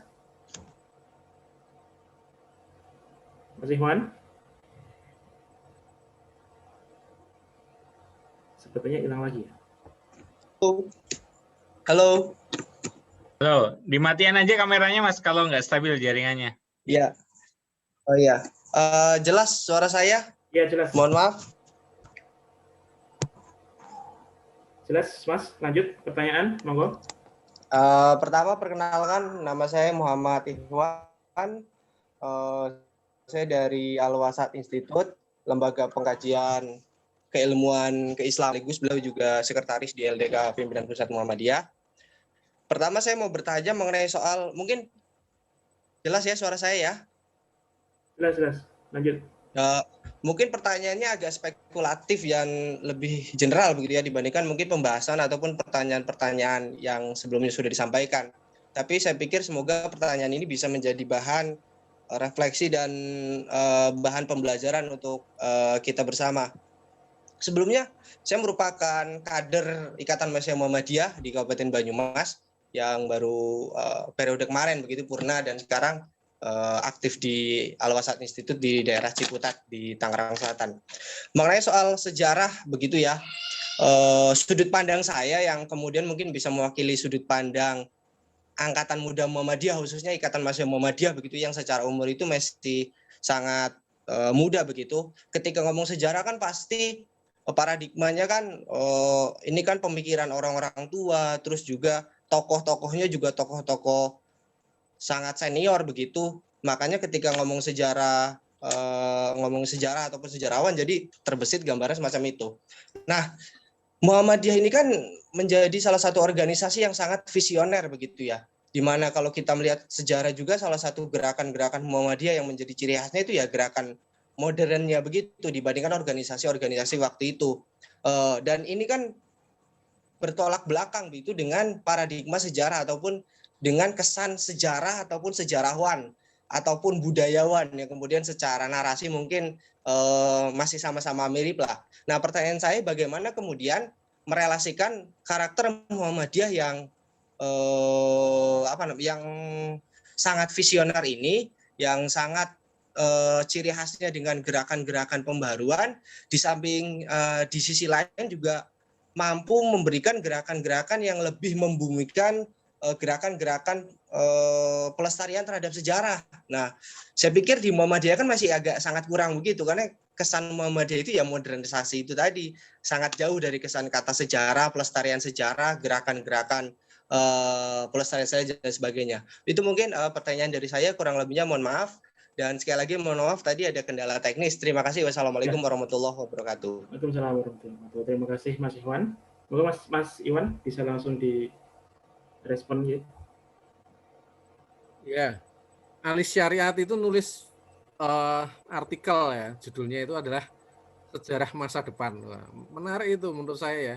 Dia sederhana menyampaikan bahwasanya ketika dia bisa membaca masa lalu berkaitan dengan mungkin peradaban besar, runtuhnya peradaban besar dan sebagainya, maka dia itu bisa merefleksikan bahwasanya apa yang bisa dia lakukan untuk masa depan itu apa yang bisa dia lakukan. Nah, saya rasa itu menarik juga. Kalau saya sendiri juga suka membaca sejarah itu, suka memikirkan sejarah itu biasanya untuk mengimajinasikan tentang masa depan. Contoh ya, jadinya dulu itu sering bawa teman-teman ke Kampung Kauman ya. Di Kampung Kauman itu ada Masjid Langgar Dhuwur, itu rumahnya Kiai Haji Ahmad Dahlan. Lalu di depannya itu ada bangunan. Saya itu sering cerita, ini adalah bangunan yang didirikan oleh Kiai Haji Ahmad Dahlan. Selanjutnya itulah yang menjadi cikal bakal lahirnya UMJ, cikal bakal lahirnya UMM, cikal bakal lahirnya SD Muhammadiyah yang hebat-hebat itu ya dari bangunan yang kecil itu. Kira-kira kan saya bicaranya seperti itu ke teman-teman. Nah, menurut saya ya, saya pribadi ya, bahwa saya ketika kita membaca sejarah sebenarnya dengan sejarah itu kita bisa mengambil inspirasi, visi masa lalu itu apa sih agar orang yang dulu itu bisa membesarkan sebuah organisasi ataupun bisa merebut zaman pada waktu itu. Dan hari ini kita bisa mengambil makna-makna yang penting. Contoh mungkin kehidupan Kiai Haji Ahmad Dahlan kan itu sejarah juga, tapi kan kita juga bisa mengambil makna hikmahnya. Oh, ternyata Kiai Dahlan gini sehingga Muhammadiyah bisa menjadi besar. Ya seperti saya contohkan tadi ya, bangunan yang sederhana, tapi kalau disampaikan inilah bangunan yang menjadi cikal bakal UMJ, UMM dan sebagainya. Ya, tinggal kita aja memikirkannya aja. Tinggal kita memikirkan kan, juga mengimajinasikan bahwasanya sejarah masa lalu, sebuah kemegahan itu bisa kita raih hari ini ketika poin-poin di masa lalu itu juga bisa kita ambil. Kalau poin-poin kemegahan di masa lalu nggak bisa kita ambil, ya maka kita nggak akan bisa besar. Ya gitu, Mas Iwan. Ya. Oke, terima kasih Mas Iwan atas jawabannya. Saya jadi sedikit teringat ini ya dari Pak Asad Kusumajaya. Dulu beliau pernah mengatakan bahwa jangan menyempitkan makna sejarah dan budaya yang hanya sekedar tentang masa lalu. Nah, karena pada kenyataannya sejarah dan budaya ini bisa berlaku untuk masa depan. Jadi sejarah Muhammadiyah seperti Edupak, Edutorium yang ada di UMS, kemudian Spotorium yang ada di UMY, itu merupakan sebuah sejarah juga. Nah, itu adalah milik dari Muhammadiyah. Jadi seperti itu. Ya, terima kasih Mas Iwan atas waktunya ya, di malam yang sangat indah ini bisa sharing bersama, kemudian membahas tentang kisah-kisah Kokam, dan sedikit banyak mungkin bisa memantik minat kita tentang literasi, bagaimana kita menulis sejarah Muhammadiyah, menulis sejarah tentang Kokam, dan kita bisa membumikan dan mengenalkan karakter atau kepribadian dari Muhammadiyah itu sendiri kepada masyarakat umum. Saya kembalikan mungkin sebelum ditutup hanya saran saja. Oh ya, 1 menit aja Mas, monggo. Siap, ya. Assalamualaikum warahmatullahi wabarakatuh. Waalaikumsalam. Saya adalah salah satu ketua pimpinan cabang yang ada di Kabupaten Bima, Provinsi Nusa Tenggara Barat. Hanya saran saja kepada DPP maupun pimpinan yang ada, senior-senior yang ada pada forum pada malam hari ini. Jadi agar kita semua di Pemuda Muhammadiyah ini untuk terus melakukan kajian-kajian yang bermanfaat bagi keumatan agar perserikatan kita betul-betul memiliki kontribusi nyata terhadap kemajuan peradaban yang ada di Indonesia. Mungkin terima kasih. Demikian saran. Astaghfirullah khairat. Assalamualaikum warahmatullahi wabarakatuh. Waalaikumsalam warahmatullahi wabarakatuh. Ya, terima kasih masukannya dari PCPM Lambitu Bima NTB. Salam sehat selalu. Ya, terima kasih atas waktunya Mas Iwan telah meluangkan waktu bisa sharing bersama dengan kita. Ya, mungkin salah satunya bagaimana kita bisa memantik semangat literasi kita, khususnya dalam menyambut Kongres Sejarawan Muhammadiyah ini. Sedikit saya merujuk dari Pak Kuntowijoyo, ketika kita belajar sejarah itu adalah kita belajar untuk mencintai, dan ketika kita belajar tentang sejarah Muhammadiyah, artinya kita sedang belajar mencintai dari Muhammadiyah itu sendiri. Terima kasih atas waktunya. Saya kembalikan kepada Mas Givari sebagai pembawa acara pada malam hari ini. Assalamualaikum warahmatullahi wabarakatuh. Assalamualaikum Waalaikumsalam warahmatullahi wabarakatuh. Terima kasih Mas Fauzi Fani dan juga Mas Iwan Setiawan. Menarik sekali tadi diskusinya, dan kita dapat banyak hal tentang seperti apa proses buku Kokam ini ditulis, buku sejarah Kokam yang menjadi pembuka dari Prakongres Sejarawan Muhammadiyah 2021 ini. Dan tadi Mas Iwan memberi satu hal yang sangat penting menurut saya terkait dengan bagaimana beliau meriset sumber. Dan sumber-sumber Mas Iwan ini begitu mahal karena memang sangat-sangat tidak ada ya di kantor arsip nasional, tidak ada di mungkin di arsip pusat data SM, tetapi beliau menemukan di LOAA ya istilahnya, dan itu juga saya yakin Mas Iwan juga tidak murah untuk menebus dokumen-dokumen itu. Dan ini yang saya kira ketekunan, ketelitian dalam mencari sumber, kemudian mengkonstruksi menjadi satu narasi sejarah, itu yang menjadi satu kekuatan ya dari buku Mas Iwan ini, dan bisa menyampaikan yang kronologis dan banyak sesuatu yang belum banyak ditulis, sehingga betul-betul berkontribusi mengisi ruang kosong di sekitar transisi demokrasi terpimpin dan Orde Baru yang fase di mana Muhammadiyah juga dalam situasi yang sulit berhubungan dengan negara, dan di situ Mas Iwan menuliskan dengan sangat luar biasa, dan buku ini sangat kontributif untuk Muhammadiyah. Nah, sebelum saya tutup, saya mengundang Cak David Effendi. Beliau adalah representasi dari Pusat Studi Muhammadiyah Universitas Muhammadiyah Yogyakarta. PSM UMY ini juga menjadi bagian dari penyelenggara Kongres Sejarawan Muhammadiyah. Ini ada beberapa catatan-catatan dari Cak David di chat yang saya kira akan sangat elok jika Cak David langsung menyampaikan langsung. Moga Cak David. Cak David. Baik, Mas Givari. Sepertinya saya sudah mengekspresikan antusiasme saya itu. Oke, Assalamualaikum warahmatullahi wabarakatuh. Assalamualaikum.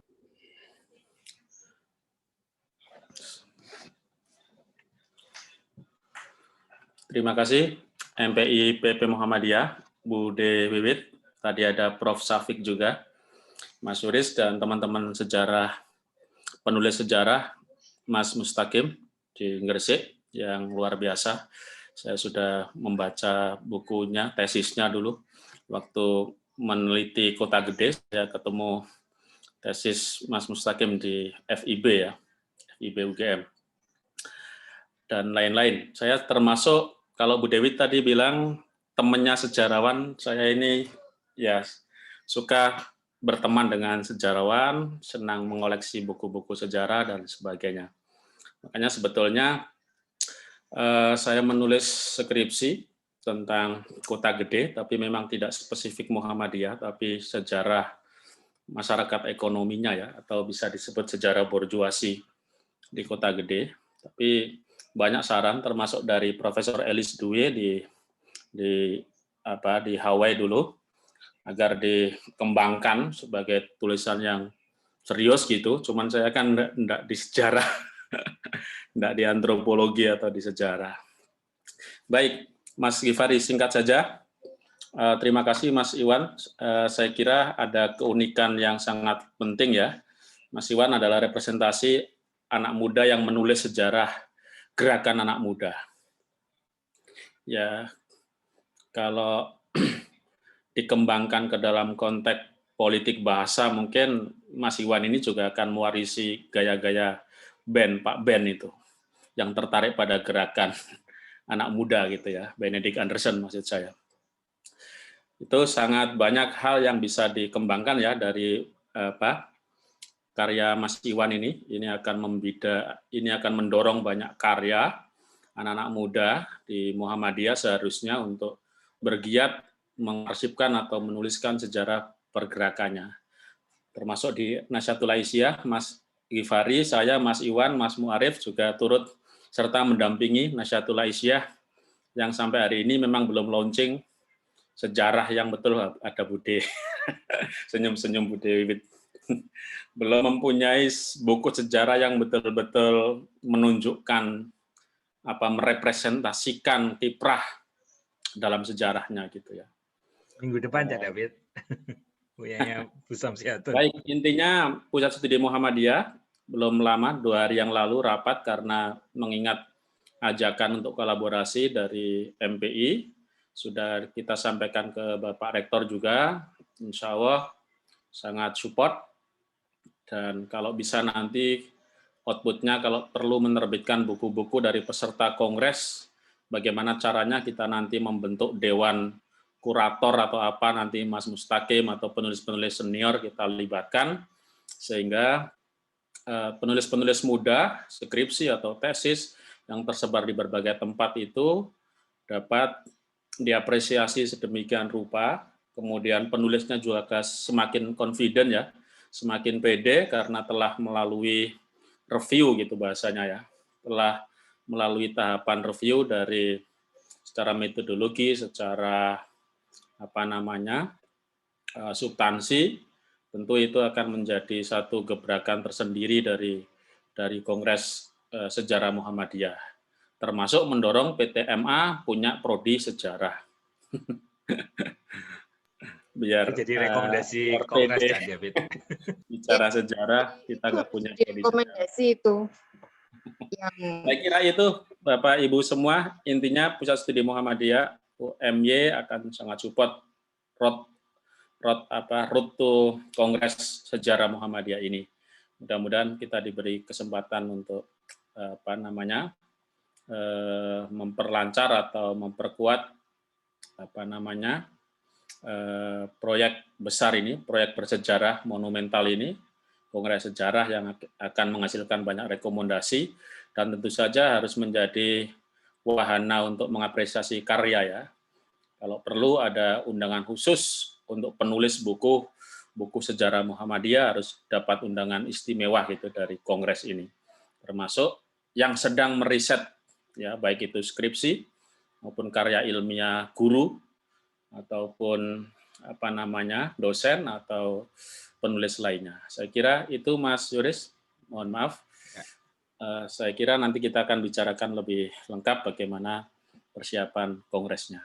Matur nuwun, terima kasih. Assalamualaikum warahmatullahi wabarakatuh. Waalaikumsalam warahmatullahi wabarakatuh. Waalaikumsalam warahmatullahi wabarakatuh. Terima kasih Cak David, mewakili Pusat Studi Muhammadiyah yang juga menjadi co-host dari Kongres Sejarawan Muhammadiyah ini bersama Majelis Pustaka dan Informasi Pimpinan Pusat Muhammadiyah.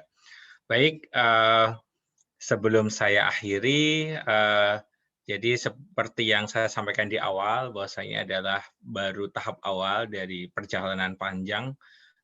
Insya Allah nggak panjang sekali, karena insya Allah di bulan November Kongres Sejarawan Muhammadiyah kita akan selenggarakan.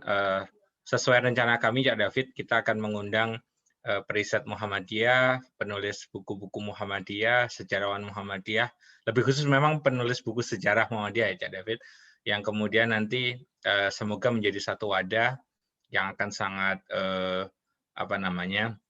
bermakna, dan ada dua topik besar yang sementara ini kami bayangkan untuk dibincangkan, yakni tentang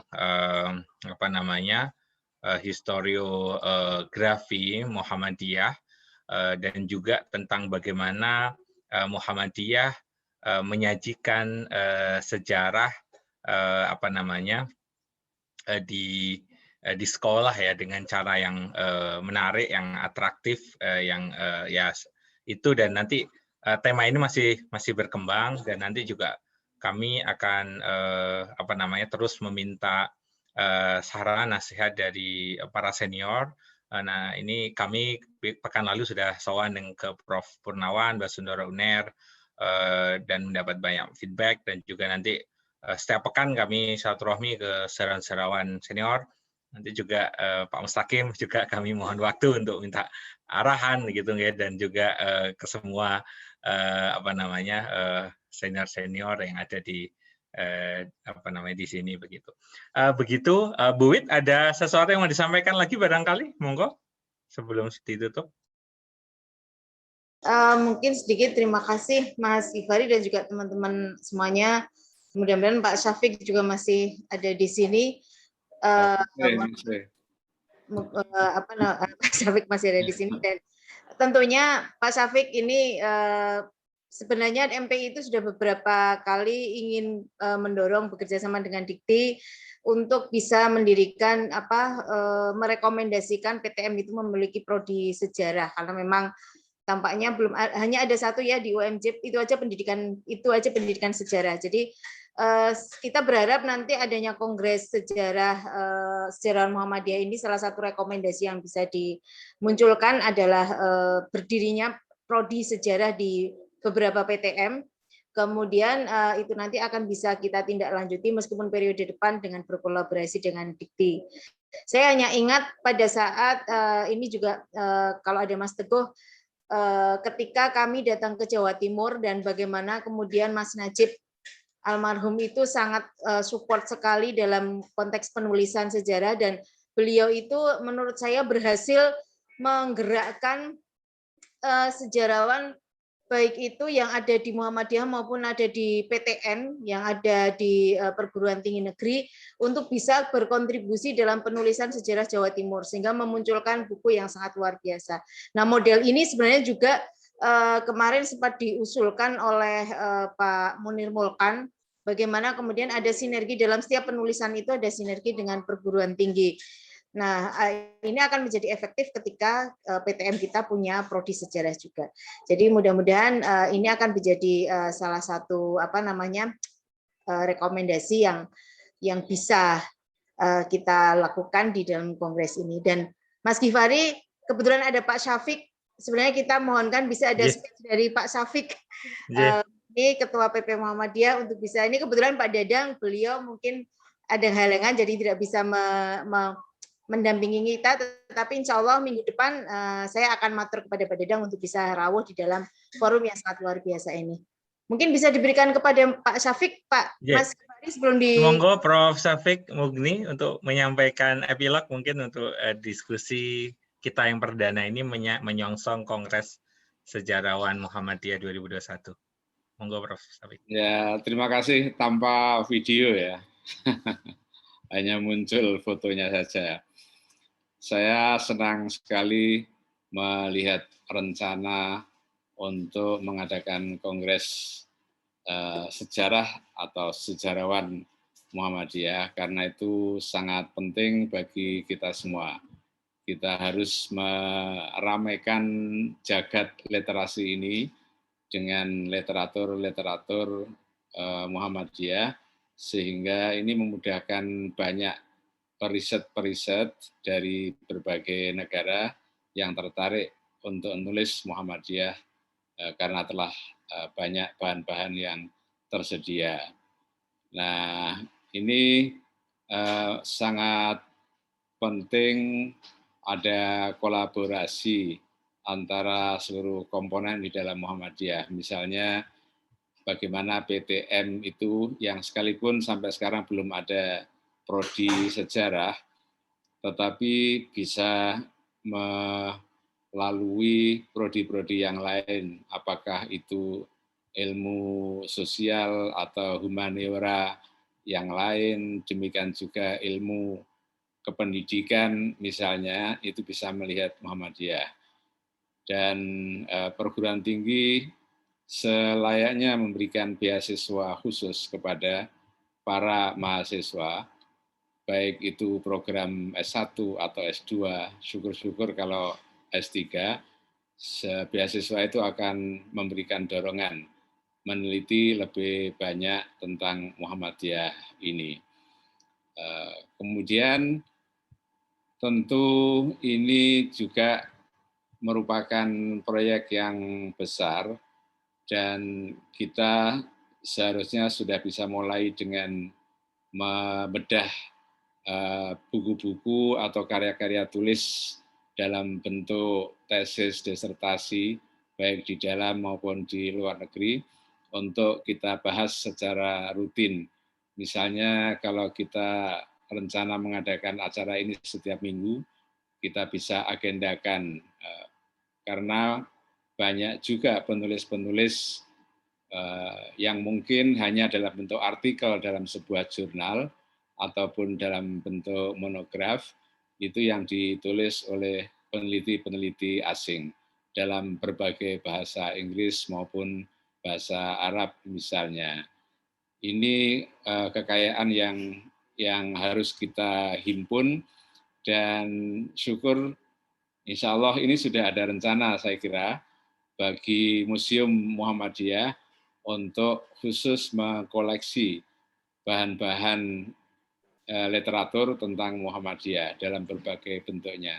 Tidak tahu bagaimana caranya kalau itu merupakan artikel misalnya, atau dalam bentuk tulisan-tulisan yang tidak dalam bentuk buku, karena sekarang kan banyak ditulis dalam file digital ya.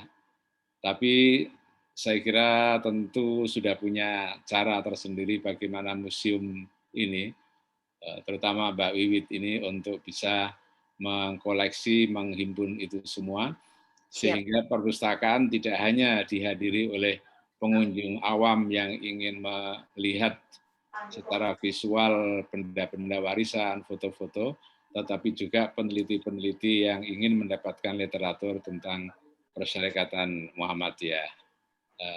Pendeknya saya setuju sekali ada kongres itu, dan ini menjadi alat juga untuk menggerakkan para penulis-penulis baru tentang perjalanan Muhammadiyah. Saya kira itu, terima kasih. Assalamualaikum warahmatullahi wabarakatuh. Waalaikumsalam warahmatullahi wabarakatuh. Terima kasih Prof. Syafiq. atas epilognya. Jadi demikian Bapak Ibu dan sahabat-sahabat sekalian, rangkaian dari bedah karya sejarah Muhammadiyah untuk edisi 1 tentang Kokam, dan pekan depan kita masih mendiskusikan tema yang sama, yakni organ sayap muda Muhammadiyah. Kalau tadi kita lebih berbincang Kokam, pemuda Muhammadiyah dan maskulinitas. Pekan depan kita diskusi Nasyatul Aisyah dan feminitas, ya, dengan satu karya dari Ibu Siti Samsiatun, Pergerakan Putri Islam, Perkembangan Wacana Gender Nasyatul Aisyah 1995-2005, insya Allah. Link juga sudah kami share di flyer yang mungkin juga Bapak Ibu rekan-rekan sudah dapatkan. Nanti tinggal diklik saja dan insya Allah kita berjumpa pekan depan. Saya kira itu. Mohon maaf jika ada banyak kekurangan, tadi bocor-bocor suaranya. Mohon maaf atas ketidaksigapan co-host dan host pada malam hari ini, tapi insya Allah tidak sama sekali mengganggu khidmatnya dan banyak informasi yang kita dapatkan dari pembicara kita Mas Iwan Setiawan.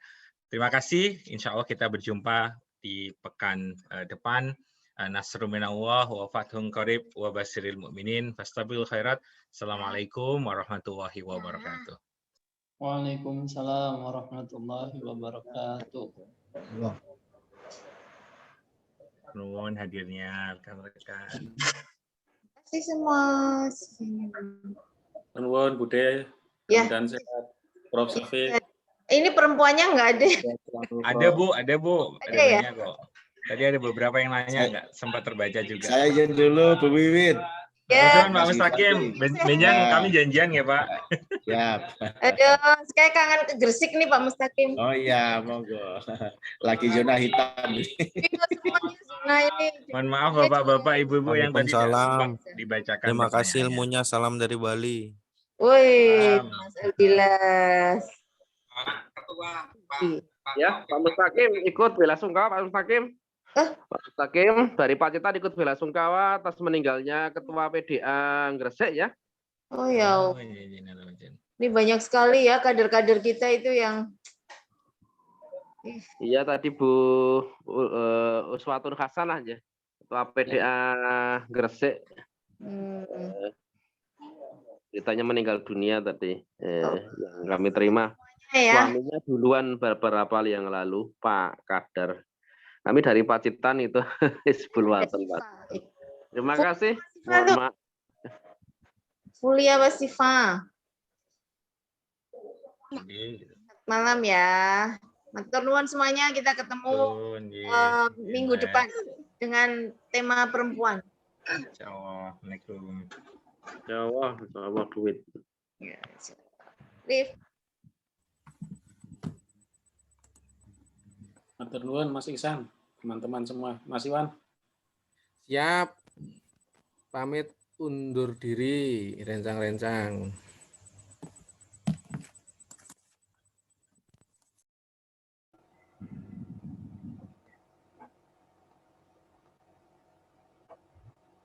Pamit live ya, Mas Ihsan. Matur nuwun. Assalamualaikum warahmatullahi wabarakatuh.